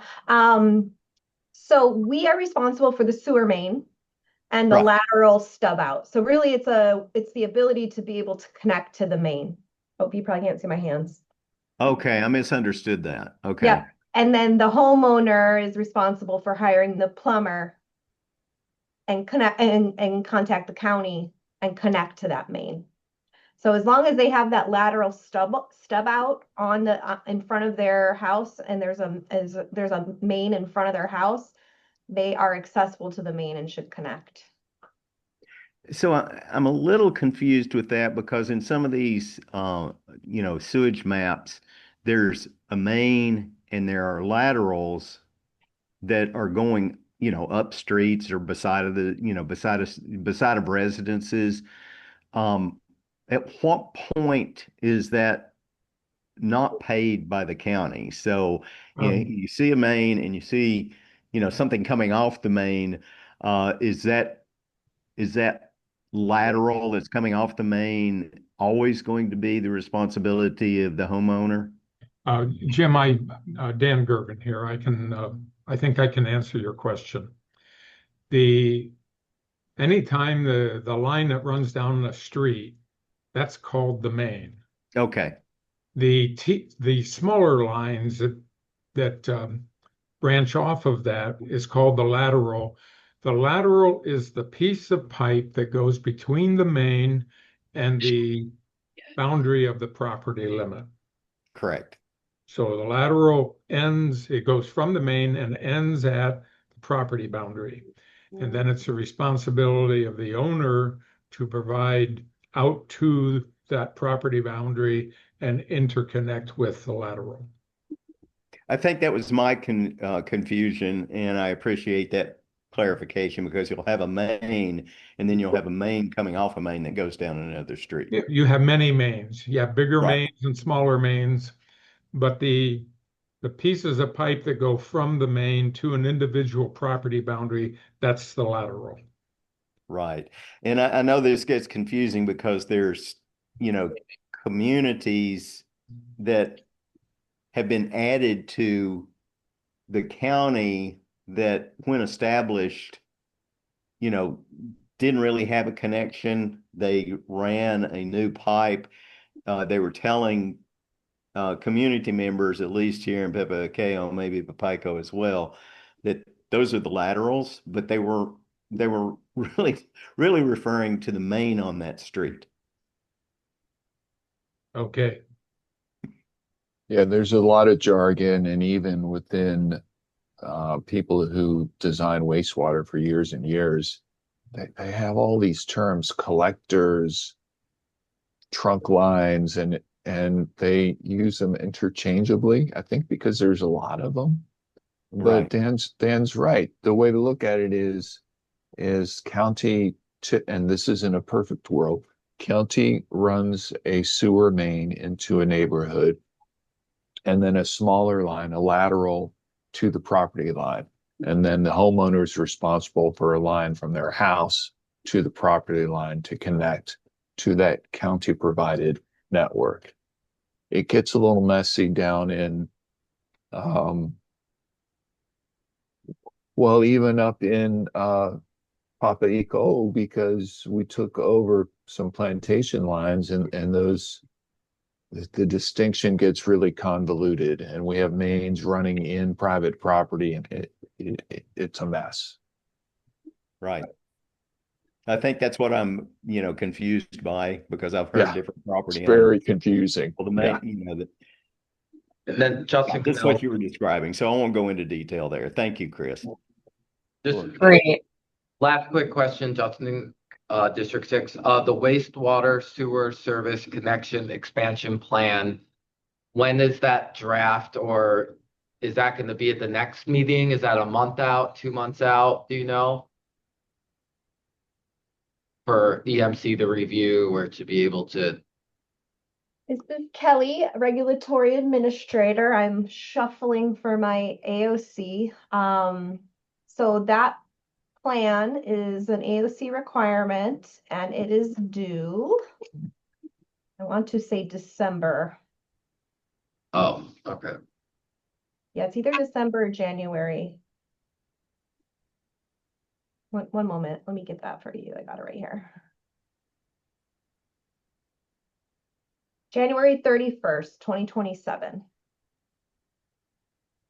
And will we have, time to take a look at it in draft form, as it's being developed and have input? We would provide EMC with the draft version and allow time for input. And I think that's very important that we do that, because all appeals to department rules will ultimately come back to the EMC. And we need help enforcing our connection compliance programs. Thank you. Okay. So if it's due in January, are we anticipating? I mean, I know that this is tentative.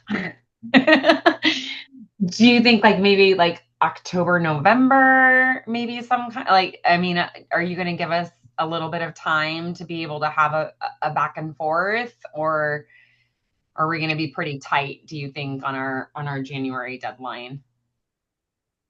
So I'll certainly schedule that time in.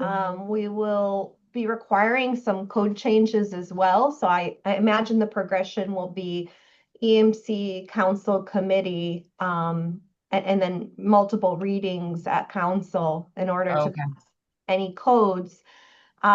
So I just started looking at this. I just took the job last week for regulatory admin. And so I don't have a fleshed out schedule. We have our first 4 meetings scheduled with, Corporation Council, DOH, and Planning and Department of Public Works on the schedule as of yesterday. And so that'll be the first round of input that's going to go into this draft, but I'll have to get back to you with the official schedule. This is not something we're contracting out. This is something, I'm going to be trying to do internally with all of the other roles and responsibilities we have. So I'll have to get back to you on that schedule. Okay, no problem, Kelly. Thank you. Yeah, thank you for that. Louisa Lee, District 3, I have 3 questions that I hope are quick. So in regards to the plan that we were just discussing, I guess I have a follow-up question around how this relates to the integrated wastewater plan that's supposed to be completed in January of 2027, and whether they inform each other, or they're separate, or they're part of each other. They are separate. And I'll get to that. Actually, that's my next agenda item, what the integrated plan includes. So these are separate. Okay.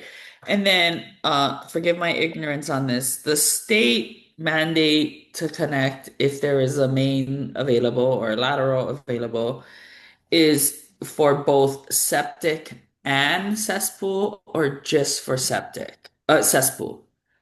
Very, very perceptive of you. That is one of the questions and the challenges that we're going to have to discuss with the Department of Health. I mean, obviously, if somebody is paid money to have their septic system installed, it's going to be a lot more challenging for them to connect. So we'll have to get back to you on the answer to that question. So the assumption is, sorry, that the people say in Pahala or Ka'u, none of them are on septic, they're all on cesspool. Uh, it's a mixed bag, I think. Yeah, Huh. it's some are on septic, some are on cesspool, some are on the gang cesspool. And so we're not clear yet which ones would be required to connect. There's a map that has there's a color-coded map that does have who's mandatory to connect and who's automatically getting connected, but within the map of the people that have to connect that aren't connected to the gang cesspool, I don't know if there's a determination which of those houses are on septic and which are on just a cesspool. So that's, I think, another level that needs to be figured out within that area, to my knowledge. So part of our connection compliance program will be, we have staff to verify that type of information. And so because we don't have a system out there right now for people to connect, they're not exactly, prioritizing that area. But internally, we have our map, we have our areas where data needs to be corrected, and we have our billing accounts identified. So they do have a database of where they would prioritize, sending letters, once this program gets up and running.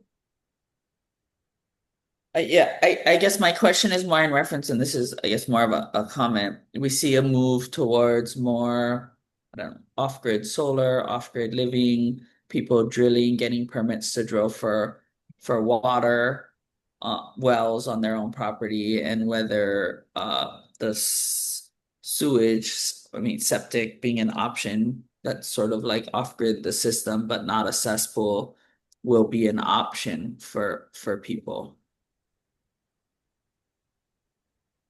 I know in the public Department of Public Works, they require to show proof of what's the term, an approved wastewater treatment system. And so if they have a permit with the Department of Health for a septic system, they may not be required to connect. Huh. Yeah, this is Chris again. So clearly there's us, the county, and then there's the state. So if you look at the state's administrative rules, they speak in the introduction about how their vision for the future, whatever that is that every parcel will be connected to a centralized wastewater collection and treatment system. And then based on that premise, they say IWS, so an individual wastewater system, may be used for the temporary treatment and disposal of wastewater. And the presumption is until centralized system is available. But yeah, this is super complicated because the state is really pushing for people to close their cesspools. And, I could talk for hours, so somebody kick me. But, the federal requirement is all large capacity cesspools were illegal since 2005. And the state decided, well, all cesspools need to be closed. And they're pushing this concept of convert them right now. Because at some point, we don't know when it's going to be, you'll be connected, and then you'll close that septic system. If that makes sense. It doesn't make sense to me. It's like we're not planning, we're not communicating effectively and presenting to the people how this is going to work. Well, I guess. I'm so sorry. Go ahead, Louisa. Sorry, I guess one of my concerns is the capacity Yeah. of the system to handle I mean, are we planning for a centralized system that can handle the capacity of everybody connecting? And is septic, not cesspool, but is like a permitted septic system not a viable alternative if we don't have a system that, I mean, Yeah.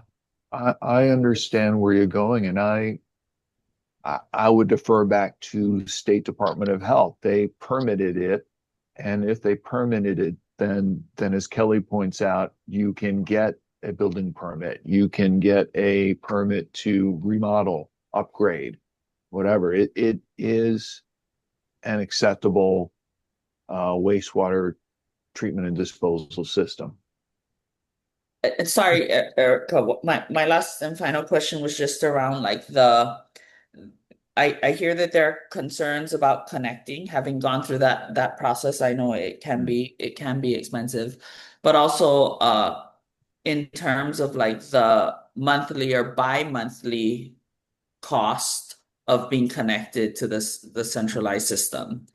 Uh, is that a set fee, or is that dependent? I've heard in the past that that's dependent upon like water usage. How is that determined? And then I raised a question just because like if you have a farm or a homestead, and like how is that determined? If we can pause that, I'm sorry. I don't want to derail, and I can hear Sinclair like he's sitting right next to me, in that fee structure is not on our agenda. And I'm sure that community would be interested in this discussion. So if we are interested to have a discussion around the fee structure of connecting to wastewater, I'm more than happy to put that on our agenda. I just don't want to derail too far away from the discussion of agenda item, which is the mandatory connection, and not the fee structure of what then that connection means. Well, maybe not the fee structure specifically, but there are additional costs, not just connecting, that Correct. should be a concern around mandatory connection. So maybe I can turn to Sinclair then for maybe just a little bit of guidance of I suspect we don't need a response to that, but it's a very good question, and I want to make sure that you get the information, especially if your community is seeking this. And so, yes, can we ask a fee structure question, Sinclair, for agenda item 3A in regards to mandatory connection? I think the update was the status of that rule requiring connection. Am I right? Was that what Director Gervin was speaking about? We have he gave us an update that they are reviewing that, and that there is going to be the service plan that will have more details outlining the connection rule and who will be mandated to connect. Yeah, so the Commissioner update was Salsa is just asking, like, once those connections take place, the cost of those connections is definitely a concern, and there's uncertainty even of the ongoing cost of said connection. So did Commissioner Lee, she had a question about that, or sorry, I'm kind of lost in what's happening right here. I guess I'm not concerned necessarily. I did ask, but maybe we can pull back on like what that cost is and how that cost is determined. But rather, is that a consideration? Like, is there understanding that it's not just amongst community? Is that being shared, that there's not just the cost of connection, there is now an ongoing cost I can every speak to the month sewer or fee. bi-monthly? Yep, so once you're connected, there's a sewer fee, and that sewer fee goes to cover the cost of our operations and maintenance and wastewater treatment. And so that's a monthly fee. Currently, for a single family home, it's $52. It's not a volumetric charge. Once you get into the commercial tier and you get above a certain volume of water that you're using, then the volumetric charge kicks in. So, your farm that's washing a lot of sweet potatoes is going to be charged a lot more for that sewer fee than your single family homeowner. It's just going to be a straight $52 a month. And Kelly, correct me if I'm wrong, but I think the current code, the Hawaii County Code, requires you to pay a fee even if you're not connected and you're close to a connection and you're supposed to be connected. Is that correct? That is correct. And as I was researching this connection compliance plan this week, it seems my interpretation is that right now, limited, is that is an incentive to get people to connect, and it's a way for us to a way that we have the authority to enforce our program. If you have a sewer main in front of your house and you're not connected, we can still charge you. So you might as well use that sewer service. That was my interpretation.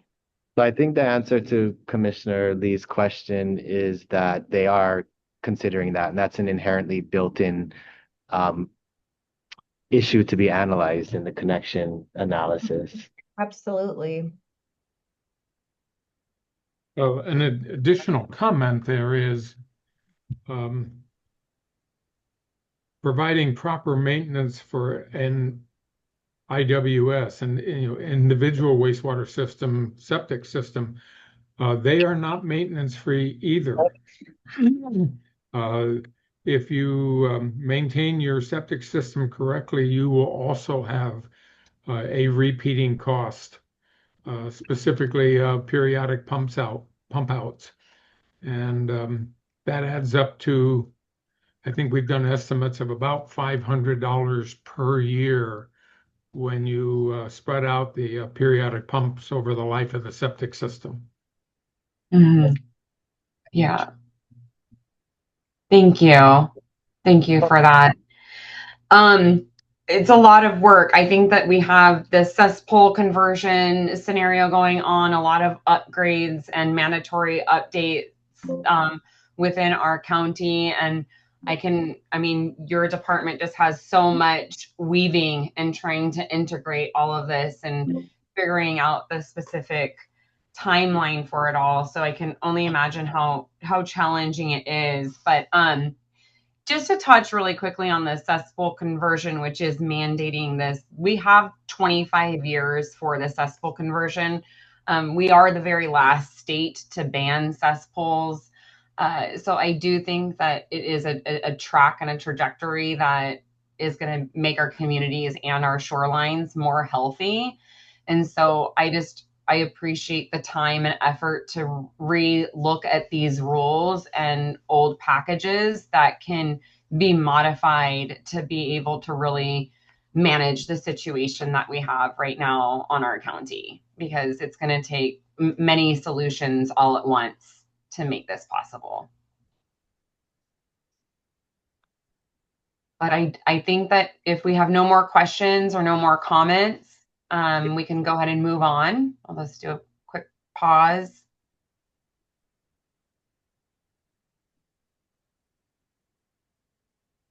Okay, I don't see anybody's hands. So I think that we can go ahead and move on to 3B, which is the island-wide integrated wastewater management plan. I think that turns back over to Kelly, possibly. Okay. Kelly Hartman, Regulatory Administrator, for the update on our integrated wastewater management plan, including cesspool conversion, contract deliverables, and timelines. So just wanted to clarify first that the integrated wastewater management plan is in two parts. And so we have the cesspool conversion plan, and then we have the facilities plan. And so speaking first to the cesspool conversion plan, the department just received its first draft of the cesspool conversion plan this week. It's going to undergo 2 different reviews for the department. We'll do a workshop with the consultant in between and revise that draft. you'll be interested to hear that in September, we're going to submit that draft to the EMC, and we are on the schedule to present to the EMC, or we're planned to be on the schedule to present the findings to EMC currently September 23rd.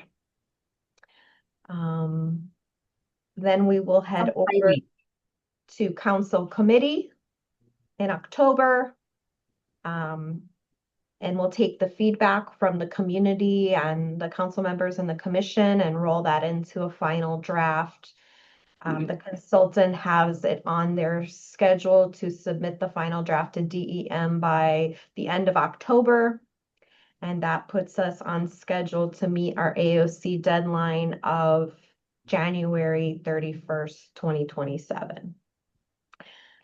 So speaking to the second part of the integrated, this is on a slightly different schedule. And so the facilities plan is where our consultant did condition assessments of all of our existing facilities and gathered information about what repair projects, rehab projects that we needed to do at our existing facilities to keep them in operating condition and generate costs for those projects. That's been underway. And so we expect to see the draft of that here at the department in June, the beginning of June. Same schedule where it'll be 2 DEM reviews with a workshop in between to revise the draft.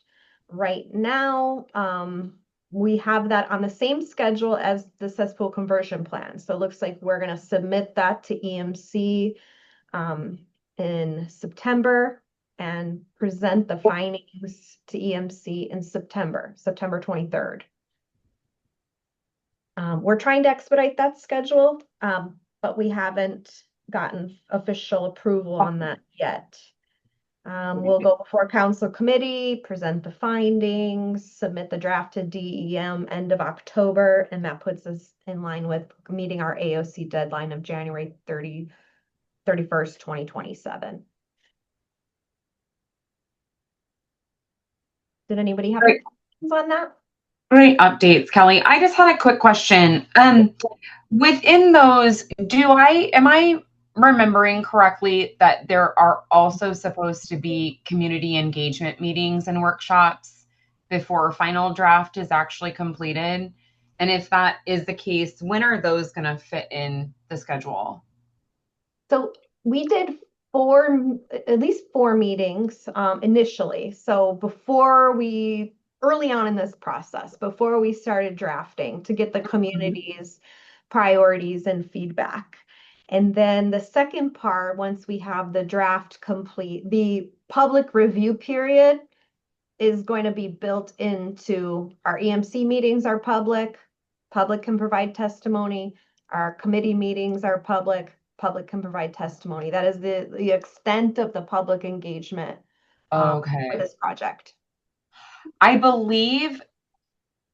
I don't know for sure. I believe that if we go to the DEM website, that the website says that there should be more community meetings.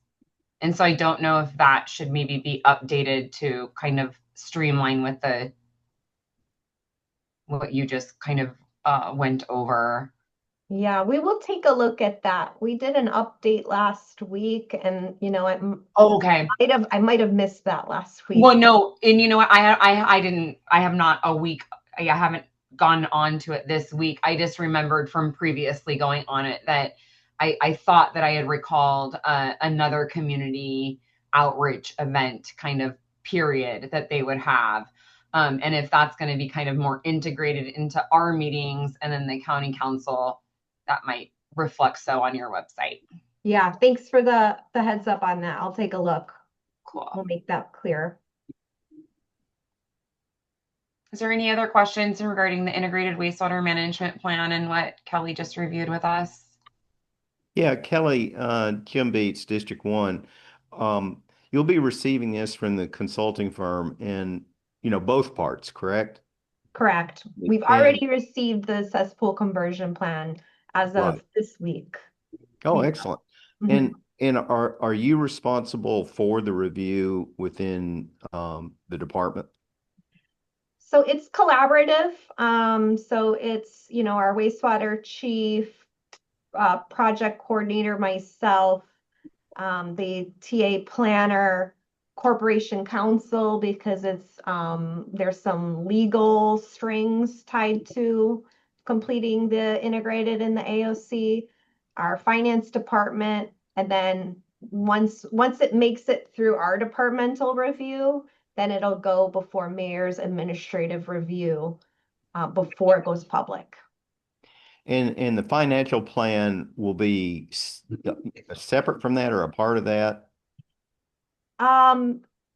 So it is a separate AOC deliverable.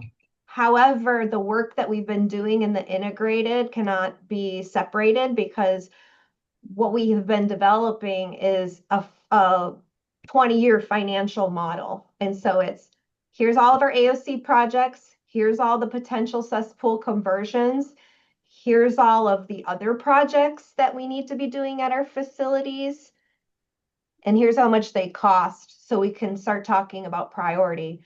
Because the AOC requires that we develop a financial plan for the next 20 years. We know how much it's going to cost us the first 10 years, and that's just the AOC projects. And so we got to look at the next 20 years and say, okay, are we doing health and safety projects at the facilities? Are we able to sprinkle in some sewer extensions, with the hope of converting cesspools and generating more revenue? Those are all hard decisions that are going to have to be made. So that model is part of this integrated wastewater plan that will lead us to being able to make those questions on the 20-year planning horizon for the financial plan. There's 2 deadlines for that, I think 2027 and 2028. Right. We had discussed that before, so it sounds like you're on top of that. That's great. Thank you. Mhm. Okay, thank you so much. We are gonna speed round these next few agenda items, hopefully to get to our presentation for new business. If there's no further questions for Kelly for the integrated wastewater plan, we can go and move on to the Gila wastewater treatment plant update. And I think, Chris, if you would adjust that, please. Sure thing. So Hilo's it's a gigantic project. There are a lot of moving parts that we have to keep moving because the plant has to continue to operate. I've heard people express frustration that there's not enough happening or it's happening slowly, but keep in mind, we've got to be very careful that we keep the plant operating and meeting our discharge limits as we ramp up construction. So the contractor's been very busy staging, preparing, doing explorations on site for the construction. And a huge thing is they're ordering parts and supplies. We're replacing all kinds of equipment like pumps, blowers. We're also doing more mundane stuff like pipes.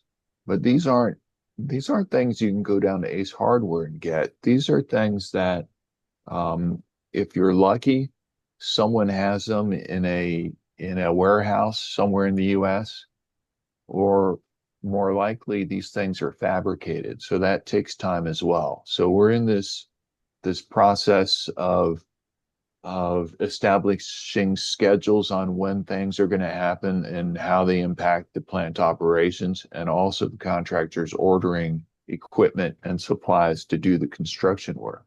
We can't just have them shut down a section of the plant and then we wait for a couple of months for parts to arrive, right? They need to have them available before they start.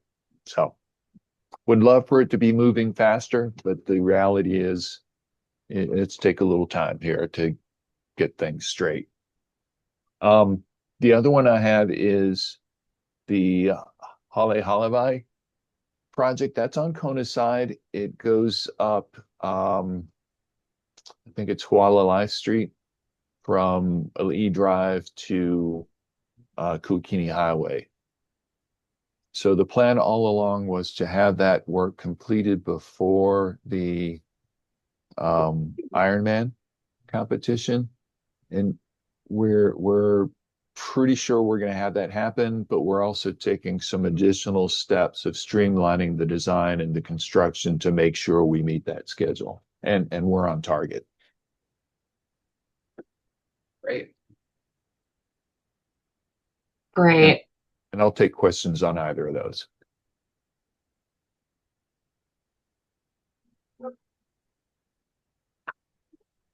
Oh, looks like you get off scot-free, Chris, with no questions. No.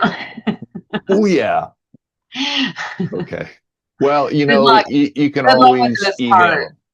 Yeah, good luck with those parts. I know that was a huge takeaway when I had the opportunity, and Louisa was there with me when we toured the Hilo wastewater treatment plant, and a big takeaway was the period of time that you folks had waited to get that one pump, and it had been years trying to get this one pump from the manufacturer, and it starts to unlock your brain and kind of get into the complications of your role and your job of, you know, when one thing kind of delays. And that was pretty amazing to think that you guys would have to wait years literally to get one piece of equipment. It's astounding. It was crazy. Okay, well, thank you so much, EM, for all of your updates. You guys have lots of work I heard today. Really appreciate it. I think that we're going to move on to new business at this time. So we do have some presentations and a quick discussion. We have about 40 minutes until we wrap up our meeting. So if there's any comments or testimony from the public at this time for agenda item 8, new business, go ahead and raise your hand at this time.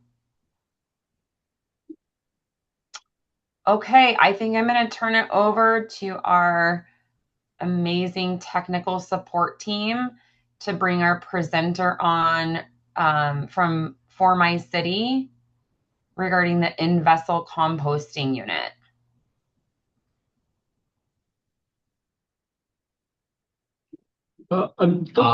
Chris is no longer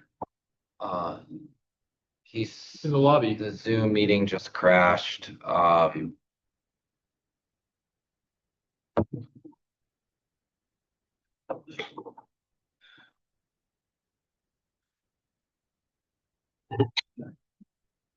We might have lost him.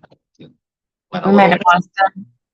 Yeah, like he was expecting to go around 10:30. He says he's trying now. Okay, we'll give him a few minutes to see if he can hop back on.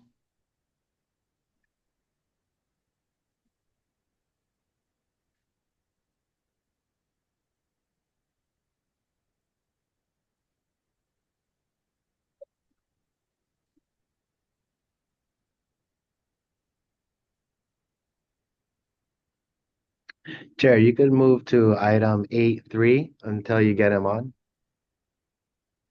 Oh, okay. Is he trying right now, Justin, or does he need a few minutes? He says trying to now. I guess you can. Is he in the waiting room? No. We don't see him just yet. Yeah. Okay. Yeah, maybe move on, and if he pops up, we can.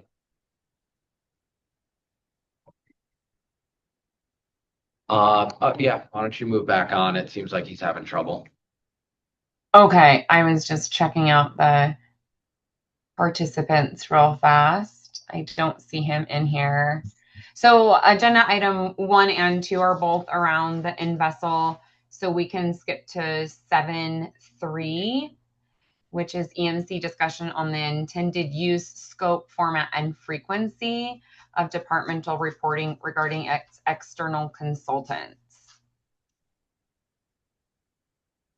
Let me go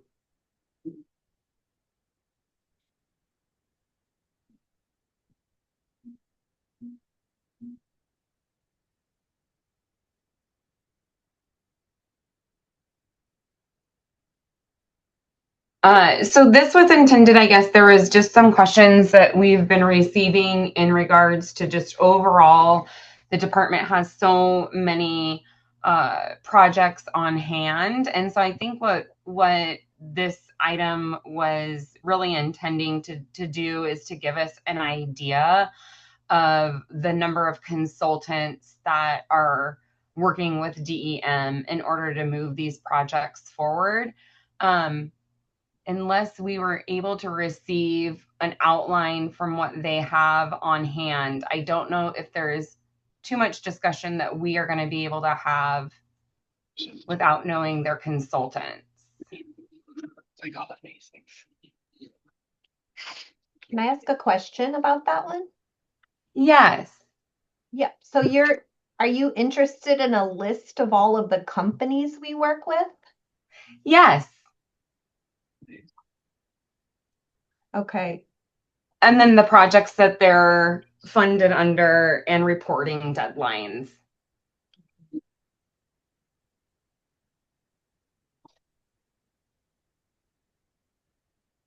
Okay. But we can And can I ask another follow-up question? Is it related to, you know, projects? Because we have a lot of different projects and consultants like that repeat annually, and our project like CIP project related or legal mandate project related. I'm trying to understand the list of projects you're interested in. there was a specific, I'm so sorry, it is boiling in Halo today. There was a specific document, Kelly, that outlined this. If you go back to DEM and the commission's previous agenda items, and I can share an example of what I'm meaning. Sure. It was like a one page, Excel sheet that basically had all of our consultants, the projects that they were consulting under, the dates of which their project ran, and then the funding amount. And it basically consolidated kind of all of DEM's consultants into one document. Can I maybe share it with you so you get an idea of what it is that we're requesting? Yeah, I would And what I'm talking share about. it. And then if we could get a little bit more notice, because typically when we get the agenda, it's 1 week before the meeting. And so I want to give our contracts person, some time to work on it. So maybe if I can get it quickly, maybe it can go on next agenda meeting. Otherwise, we might kick it to the following one. So she at least has a couple weeks because she's, of course, teeing into two roles as we all are. Absolutely. Yeah, so I can okay. Let me follow up with you then independently. Thank you very much. Absolutely. The presenter is online and ready to present. Thank you. Oh, excellent. Okay, so we'll go ahead and pop back up to agenda item 7.1 with Christopher Dipnarian. I'm so sorry, I'm butchering his last name, I'm sure. But with For My City in Vessel. Yes, hi. Good afternoon. How's everyone doing today? Good. Thank you, Chris. Sorry about that. My Wi-Fi just kind of clunked out on me. Amidst being here in Utah and some bad weather coming in, so I don't know what's going on. They asked me to come here. My name is Chris. I'm the founder and executive director of For My City Inc. For My City, we're a nonprofit focused on environmental sustainability, primarily through the diversion of food waste. And what we've built is a 4-phase sustainability system around the sustainability management of food waste and the harmful effects food waste has on our environment. Phase 1 being source reduction and education. I heard earlier in the call, when we were talking, I think it was wastewater, about the value of education around that system. And it's the same thing when it comes to food waste. So, phase one of our plan is around education and around food waste and the laws, and trying to work with municipalities and governments to create sustainable initiatives and sustainable laws and rules and governance that encourage businesses to donate instead of trashing. And then we work with businesses in our community around food waste infrastructure, again, encourage them to donate instead of trashing. Phase two is what do we do with the food that we rescue? I launched the organization in 2018, October of 2018. And since then, we've diverted over 304 million pounds of food. I'm proud to say we've never purchased a pound of food. This is all food that would otherwise be going to waste, primarily from, your major distributors, even companies like Amazon and Cisco. I'm not sure who your major players are there in Hawaii, but, Amazon is a global one, right? Most of your major producers, food farmers and distributors. We work with them to rescue and distribute that food. And we've done, like I said, over 304 million pounds of food since I launched the organization. Phase three is what else can we do with food waste? I could say that we've been very successful in creating our own line of biodegradable products utilizing food waste. So, if it's being used in the food realm or the food industry, we can replicate it in biodegradable form or compostable form. And our products have just received its BPI certification. So we're very proud of that. And with things we're talking about are, shrink wrap, plates, cups, spoons, takeout containers, straws, service containers, bags, all these different things we can make and manufacture in a compostable form, utilizing, food waste. But again, making sure that the waste or the items that we're using in the food realm, it's all compostable. And then our last phase is kind of like what we were invited here for, is the technology that we've created is in-vessel composting. We've successfully created aerobic digesters that turns food waste into usable soil within a 24 to 48-hour cycle. We're also proud to say that our soil, the soil for organic composting, this is stuff that we just put, fruits, vegetables, any type of organic material in, including meats, is UMRI certified, which is a program here in the US for, USDA. It's a USDA certified program for organic product. So our soil meets that standard. And then we've seen that the soil, through our compostable products, meet that same standard. With less than 1% of plastic showing up in the compost or soil content. We test our soil very regularly, so we make sure that it meets the UMRI standards for compost certification, and we test using the compost certification labs that's available to do the soil testing. So it's all done independently. But we've successfully launched composting program. We have over 7,000 residents in our composting program. We have a mobile app that they can log into. And when they come into our facilities or they go to a compost location, we track and we measure that compost, the food scraps that they're bringing. And then that's put on a dashboard. For the users to see, and then for us to see as an organization while we're tracking this food waste. So again, we've successfully been using in-vessel composting now for about 5 years. We're continuing to improve and build on that program.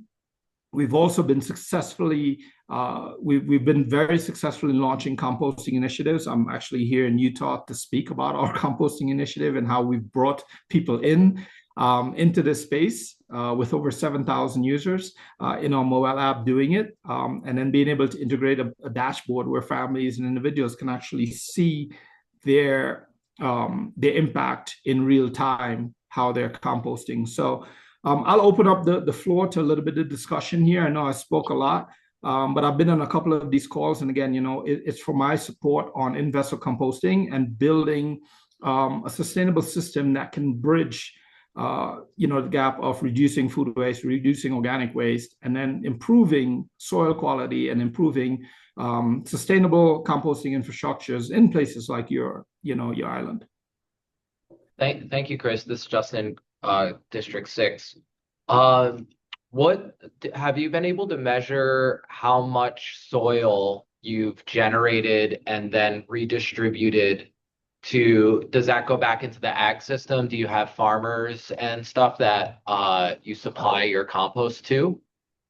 Yeah, so within our app, we can actually see in real time users data. So I could go into my mobile app like right now. I could pull up our dashboard. Give me a sec. I'm just trying to do that. But I could pull up in our mobile app right now, and this is something that we're building out. But I could go into our mobile app right now, and I could see so far we've done over 114,000 pounds of residential compost. So when someone comes in, every user in the app has their own QR code. So when someone goes to like our compost drop-off site, or they come to our facility where they're picking up food, we scan that QR code, and then we weigh the compost that they're bringing in, and that's how we track the volume of food waste is. Now, we also track food scraps and stuff that we do from a commercial segment. That's not in our mobile app. Our mobile app is primarily for the users. But as a whole, since we've launched, For My City has diverted over 70 million pounds of just pure food scraps into compost streams through our compost technology or through on-site composting facilities here in Maryland.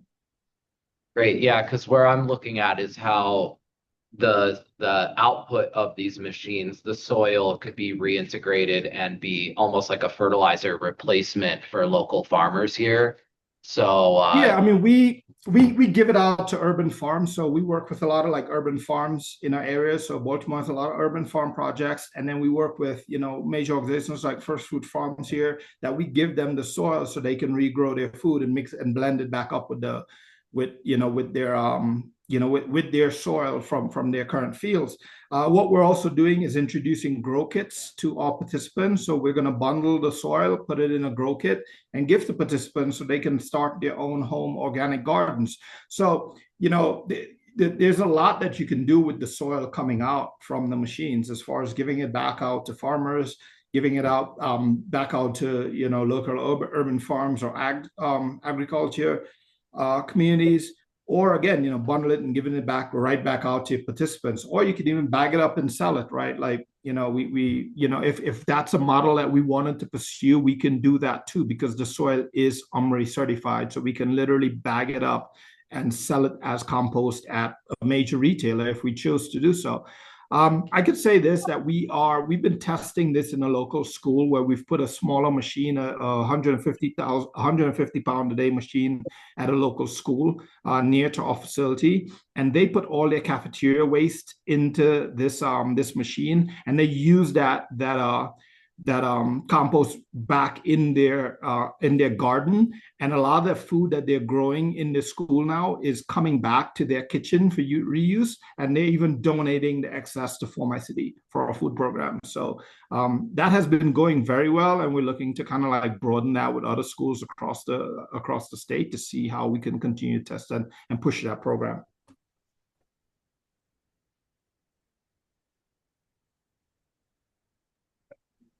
That's great.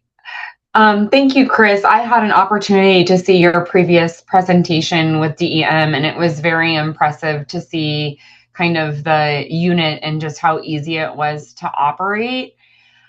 If you could give an idea of the cost of what it took to kind of get your program up and running, and just a little bit into kind of the needs of staff and the needs to be able to get an operation going, even if it is at, a small scale, like at a school to start out with. Yeah, I mean, it depends on what you want to do, right? So I'll tell you where we started. We started with a 500 pound a day machine. That machine probably cost about 45,000. We got it through a grant. And then from there, we did a lot of testing with that machine, testing the soil quality, testing inputs, testing everything. That was the first machine we brought out in 2021 when we developed it. After that, we brought out a 4,000 pound a day machine that was funded through a mix of state and private foundations. So state gave us about 80K towards the machine, and then a couple other organizations funded the rest. That machine, again, just the cost of the machine alone, not shipping, not anything, was about 140K. And that was a 4,000 pound a day machine, outdoor machine. That again continued. We pushed that machine into existence around end 22 and then 23. And then our third machine we brought on was a 6,000 pound a day machine that was funded through one foundation, 250K. They just wrote the grant for it. And that was a 6,000 a day machine.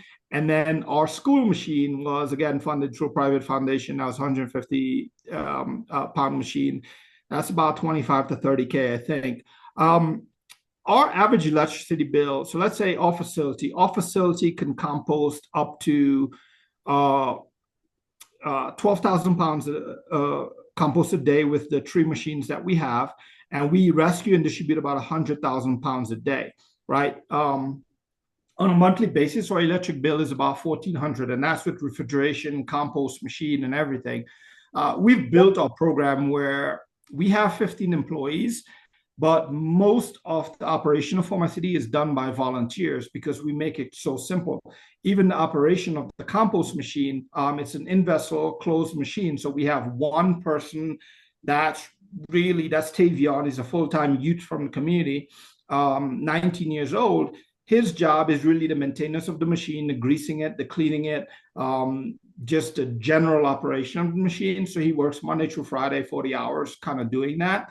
And then input, all the stuff coming in, all the stuff coming out is really handled by volunteers. So we have compost workshops where we bring people in, we teach people how we compost. We have them inspect the food scraps coming in. We put that stuff in there. So it's a mix of staff and volunteer power that we have here at My City. And again, we've been very successful. Our current scale is the largest we've ever been, right? And that's in 2025. We have 15 employees now.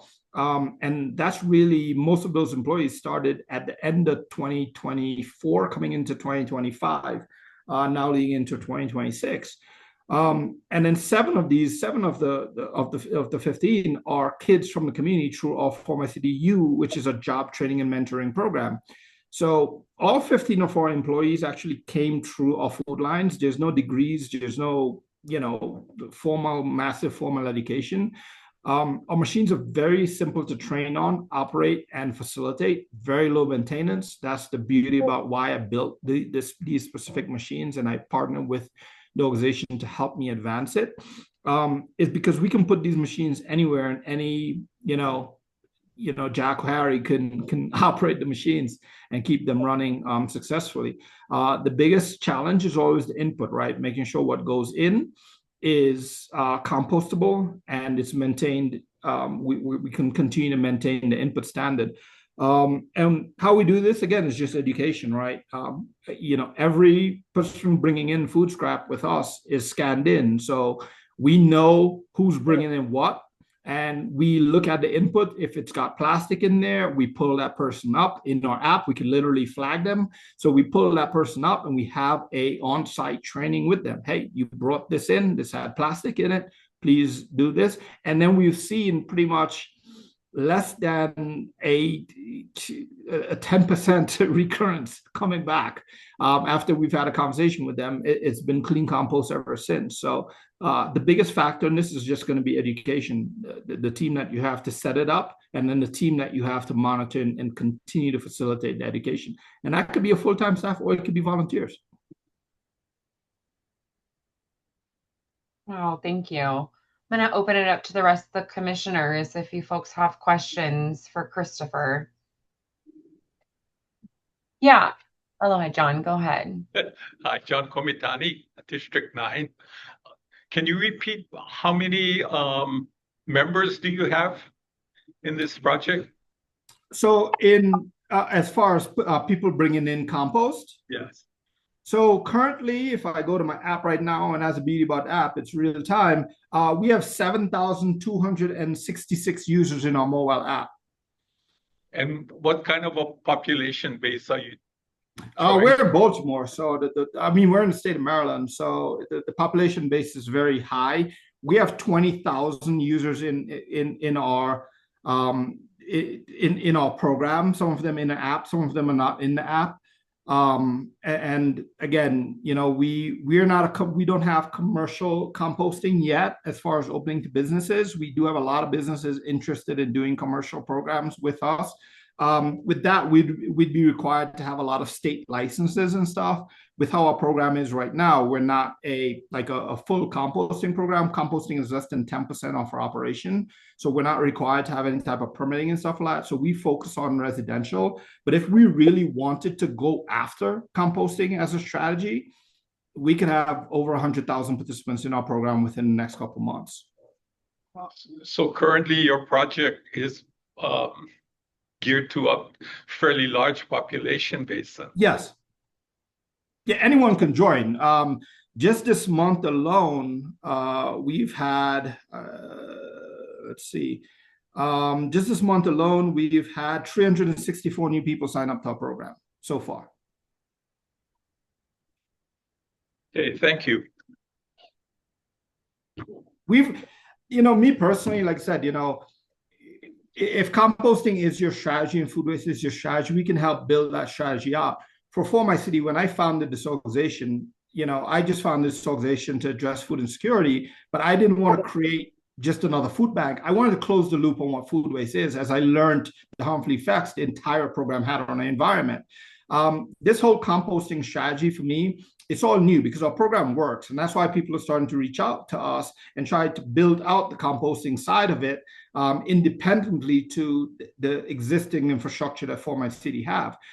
If you wanted to build your total program, kind of like what we do, which is rescue food and help families through food waste, I'm willing to share everything that we've done and help you build that complete infrastructure. If your focus is on just the food waste and the composting side, again, we can sit and we can narrow that down. We can build machines from 150 pounds all the way up to 25,000 pounds a day machines to help you compost. We can build machines that a truck can back up and dump, and it flows into the machines through automatic feeders. So, we have just literally just started tapping the base of what we can do in this whole composting side. We are building technology right now that the machines that we're using is built on the back of a flatbed truck that can be driving around. So as you're driving around collecting compost, it's breaking down the food scraps in the machine right now. This is all technology we're literally working on right now with our team. So, we've just never really spent a lot of time on compost. We built out a program as part of other programs, but we're starting to build out just the composting segment now because there's been so much interest in our technology. And Justin, District 6, what is your percentage of food scraps to food serviceware? Because that's going to be the thing, a lot of this is because of Bill 83, and we're going to be mandating, BPI, well, compostable, what's not BPI, but compostable products. That's something that we might have to work with the county council. But, if we do have the correct food serviceware that's going to be able to be composted at scale, what would you say the ratio of food scraps to food serviceware is that's going into these composters? Is it for us? It's less than 10% currently because we are now building out our food scrap stuff, right? And we are only accepting material that is through our program. So we give out our compostable products free to the community. We use free compostable Ziploc bags that we give to the community, and that's what they bring their food scraps in. And we also give out our compostable products. We give out compostable shopping bags. We give out compostable cutlery, all these different things. So we are, currently about less than 10%, but we also rescue a lot of food in bulk, right? We will bring in probably about 100,000 pounds of food daily and get that out compared to composting anywhere between 6,000 to 7,000 pounds. So, again, the bigger part of our program is food rescue. So that is something we'll have to evaluate with just a pure composting organization. And we're willing to do it. I mean, that's what these type of initiatives are supposed to be doing. We're supposed to build it, grow it, and evaluate it, right? We can do all the evaluation on paper we want to, but it's not going to make any progress. To put these things into place, and then we have to kind of evaluate and learn from there. So that's why with us right now, we are working on building out the commercial side to see how this is gonna scale properly. But again, most of your residential waste, if you look at the residential waste, you're going to be about max 25% serviceware compared to foods is what we project you're going to be at. So, and at that scale, if you have the right BPI products going into the machine, your compost quality is going to still come out pretty good. Gotcha. Okay. And we've done that kind of testing. We've increased, we've just taken our compostable products and dump it in the machine just without use, just to see what that breakdown quality is. So we've done, 50, 75% compost, just to see how it breaks down and what the quality looks like. But of just serviceware, and it broke down. Just serviceware. We've dumped just our bags or serviceware. We've put it in the machine, overloaded with serviceware, and put less food in there to see how that change affects the process of the machine, how it affects the quality coming out, the compost coming out, that kind of stuff. And you're saying that there wasn't that much of a difference between? Yeah, there's not much of a difference in the quality of the compost. Some of the things change, like acidity could change, texture could change. But again, with these machines, you still want to have someone that's paying attention to the input, right? It's still very important because input matters in compost. If you don't put carbons in there, you're going to have a high odor, right? Like it all depends on input. So we have certain things that we have at our facility. We have a truck full of sawdust, a truck full of wood chips that we'll add to make sure that the mixture is aerated properly. So although the machines do, I would say about 95% of the work, you still need that human, eye and observation to pay attention to what's going on inside the machine. And we're building out some of these things. So like one of the technology we're testing right now is AI that's going to identify what's going into the machine and evaluate the output. So there's a lot of things, again, that we're still building out. But listen, until we put a machine in your community and see how people are bringing it and what the input is and how that output is coming up, we won't know how to truly adjust. And we can talk all we want on paper, but until we put these machines in place and see how your community is reacting and what they're putting in, what your input looks like, then we can gauge output. What we've seen is no matter what, the output have no pathogens and no harmful soil outputs, right? So that's the biggest thing. Right. Thank you so much for all of your information. I'm just also aware of time, and so I want to make sure that we have a chance to kind of at least just have a quick chat and wrap up about the InVessel.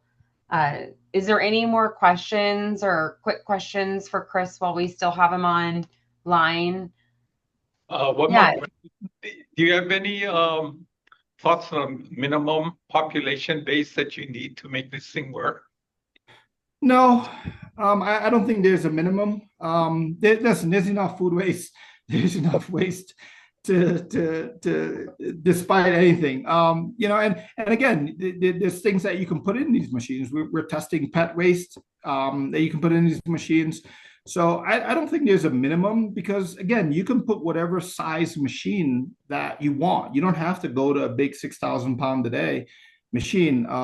If you have a community of 50 people, you can put a 200 pound a day machine in there and see how that goes, and you can scale up as time permits. So my suggestion would be to start small.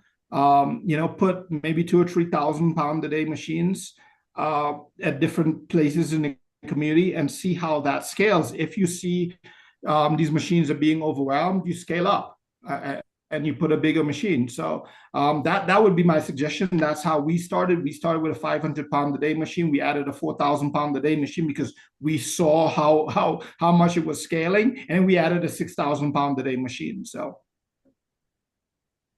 Thank you, Chris. I liked the approach that you used of starting with a school. I think that led to it leads to a direction of really being able to, systematically iron some kinks out and then really get an understanding of your unit and kind of the effort of what it takes to go into it. And so I think that it would be exciting to see the potential of one of these within a Hawaii Or school like food system. banks. I'm sure you guys have a major food bank. A food bank would be the perfect place because the food bank's always going to have food waste. So, you know, they're going to be generating food waste from their food bank. People are going to be coming there to pick up resources. So as they come in to pick up resources, they can drop off food. And that's food scraps. That's how we built our system. So as people are coming to pick up food resources, they're bringing their compost to us, right? So that created the participation numbers that you've seen there. Right. And Justin District, and we do have one of these in a school in Ka'u, and it's been very successful and an incredible addition to the programming at that school. So thank you, Chris. Yeah. You're welcome, guys. Thank you so much, Chris. And maybe if there does Justin have your contact information if anybody wanted to reach out for more information from you? Yep. Great. Yeah, definitely. Justin has my contact information. You can go to you know, our website, formycity.us, and contact me there.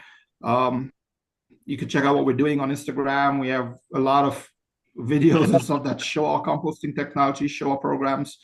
So feel free to go to our website, learn more. Go to our YouTube channel, see the stuff that we're doing, and feel free to reach out at any time if you guys have any questions. I'm here to help. Excellent. Thank you so much. Thank you. Awesome. Okay, I think that is the last item. The only thing remaining is the discussion for InVessel, which I'm sorry, I'm trying to get back to my agenda.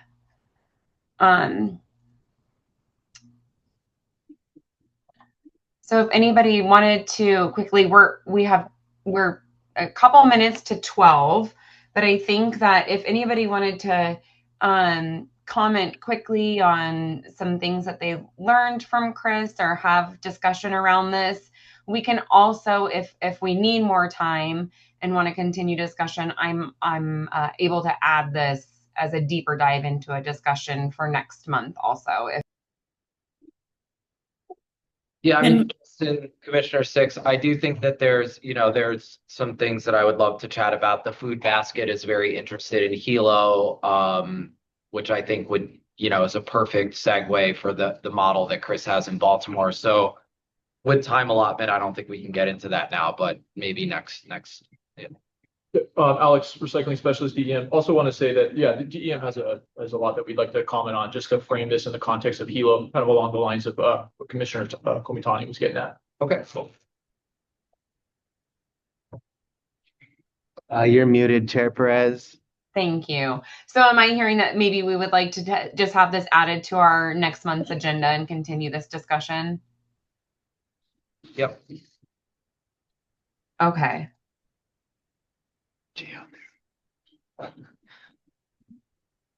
I will mark that. So yeah, my clock is showing it's 12 o'clock. Yep.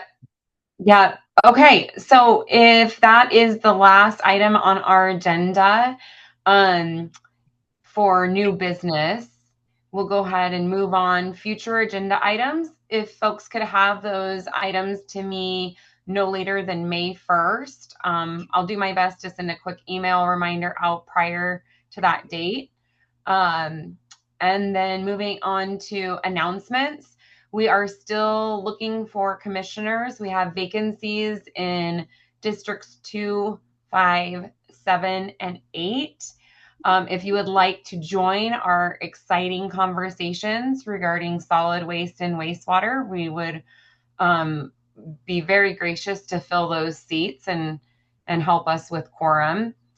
Our next meeting is scheduled for Wednesday, May 27th, and that will be held in Hilo in the Puna Conference Room. And then if you would like to see the EMC meetings for all of the schedules for 2026, that is available on this agenda item, or on this agenda, I apologize. But I think that concludes our meeting for today, EMC for April 22nd. Do we have a motion to adjourn? Motion to adjourn. Second. Excellent. All in favor? Aye. Aye. Any opposed? Excellent. There we go. We are free to adjourn. Thank you so much. Thank you. All right, Thank you. thank you all. Awesome.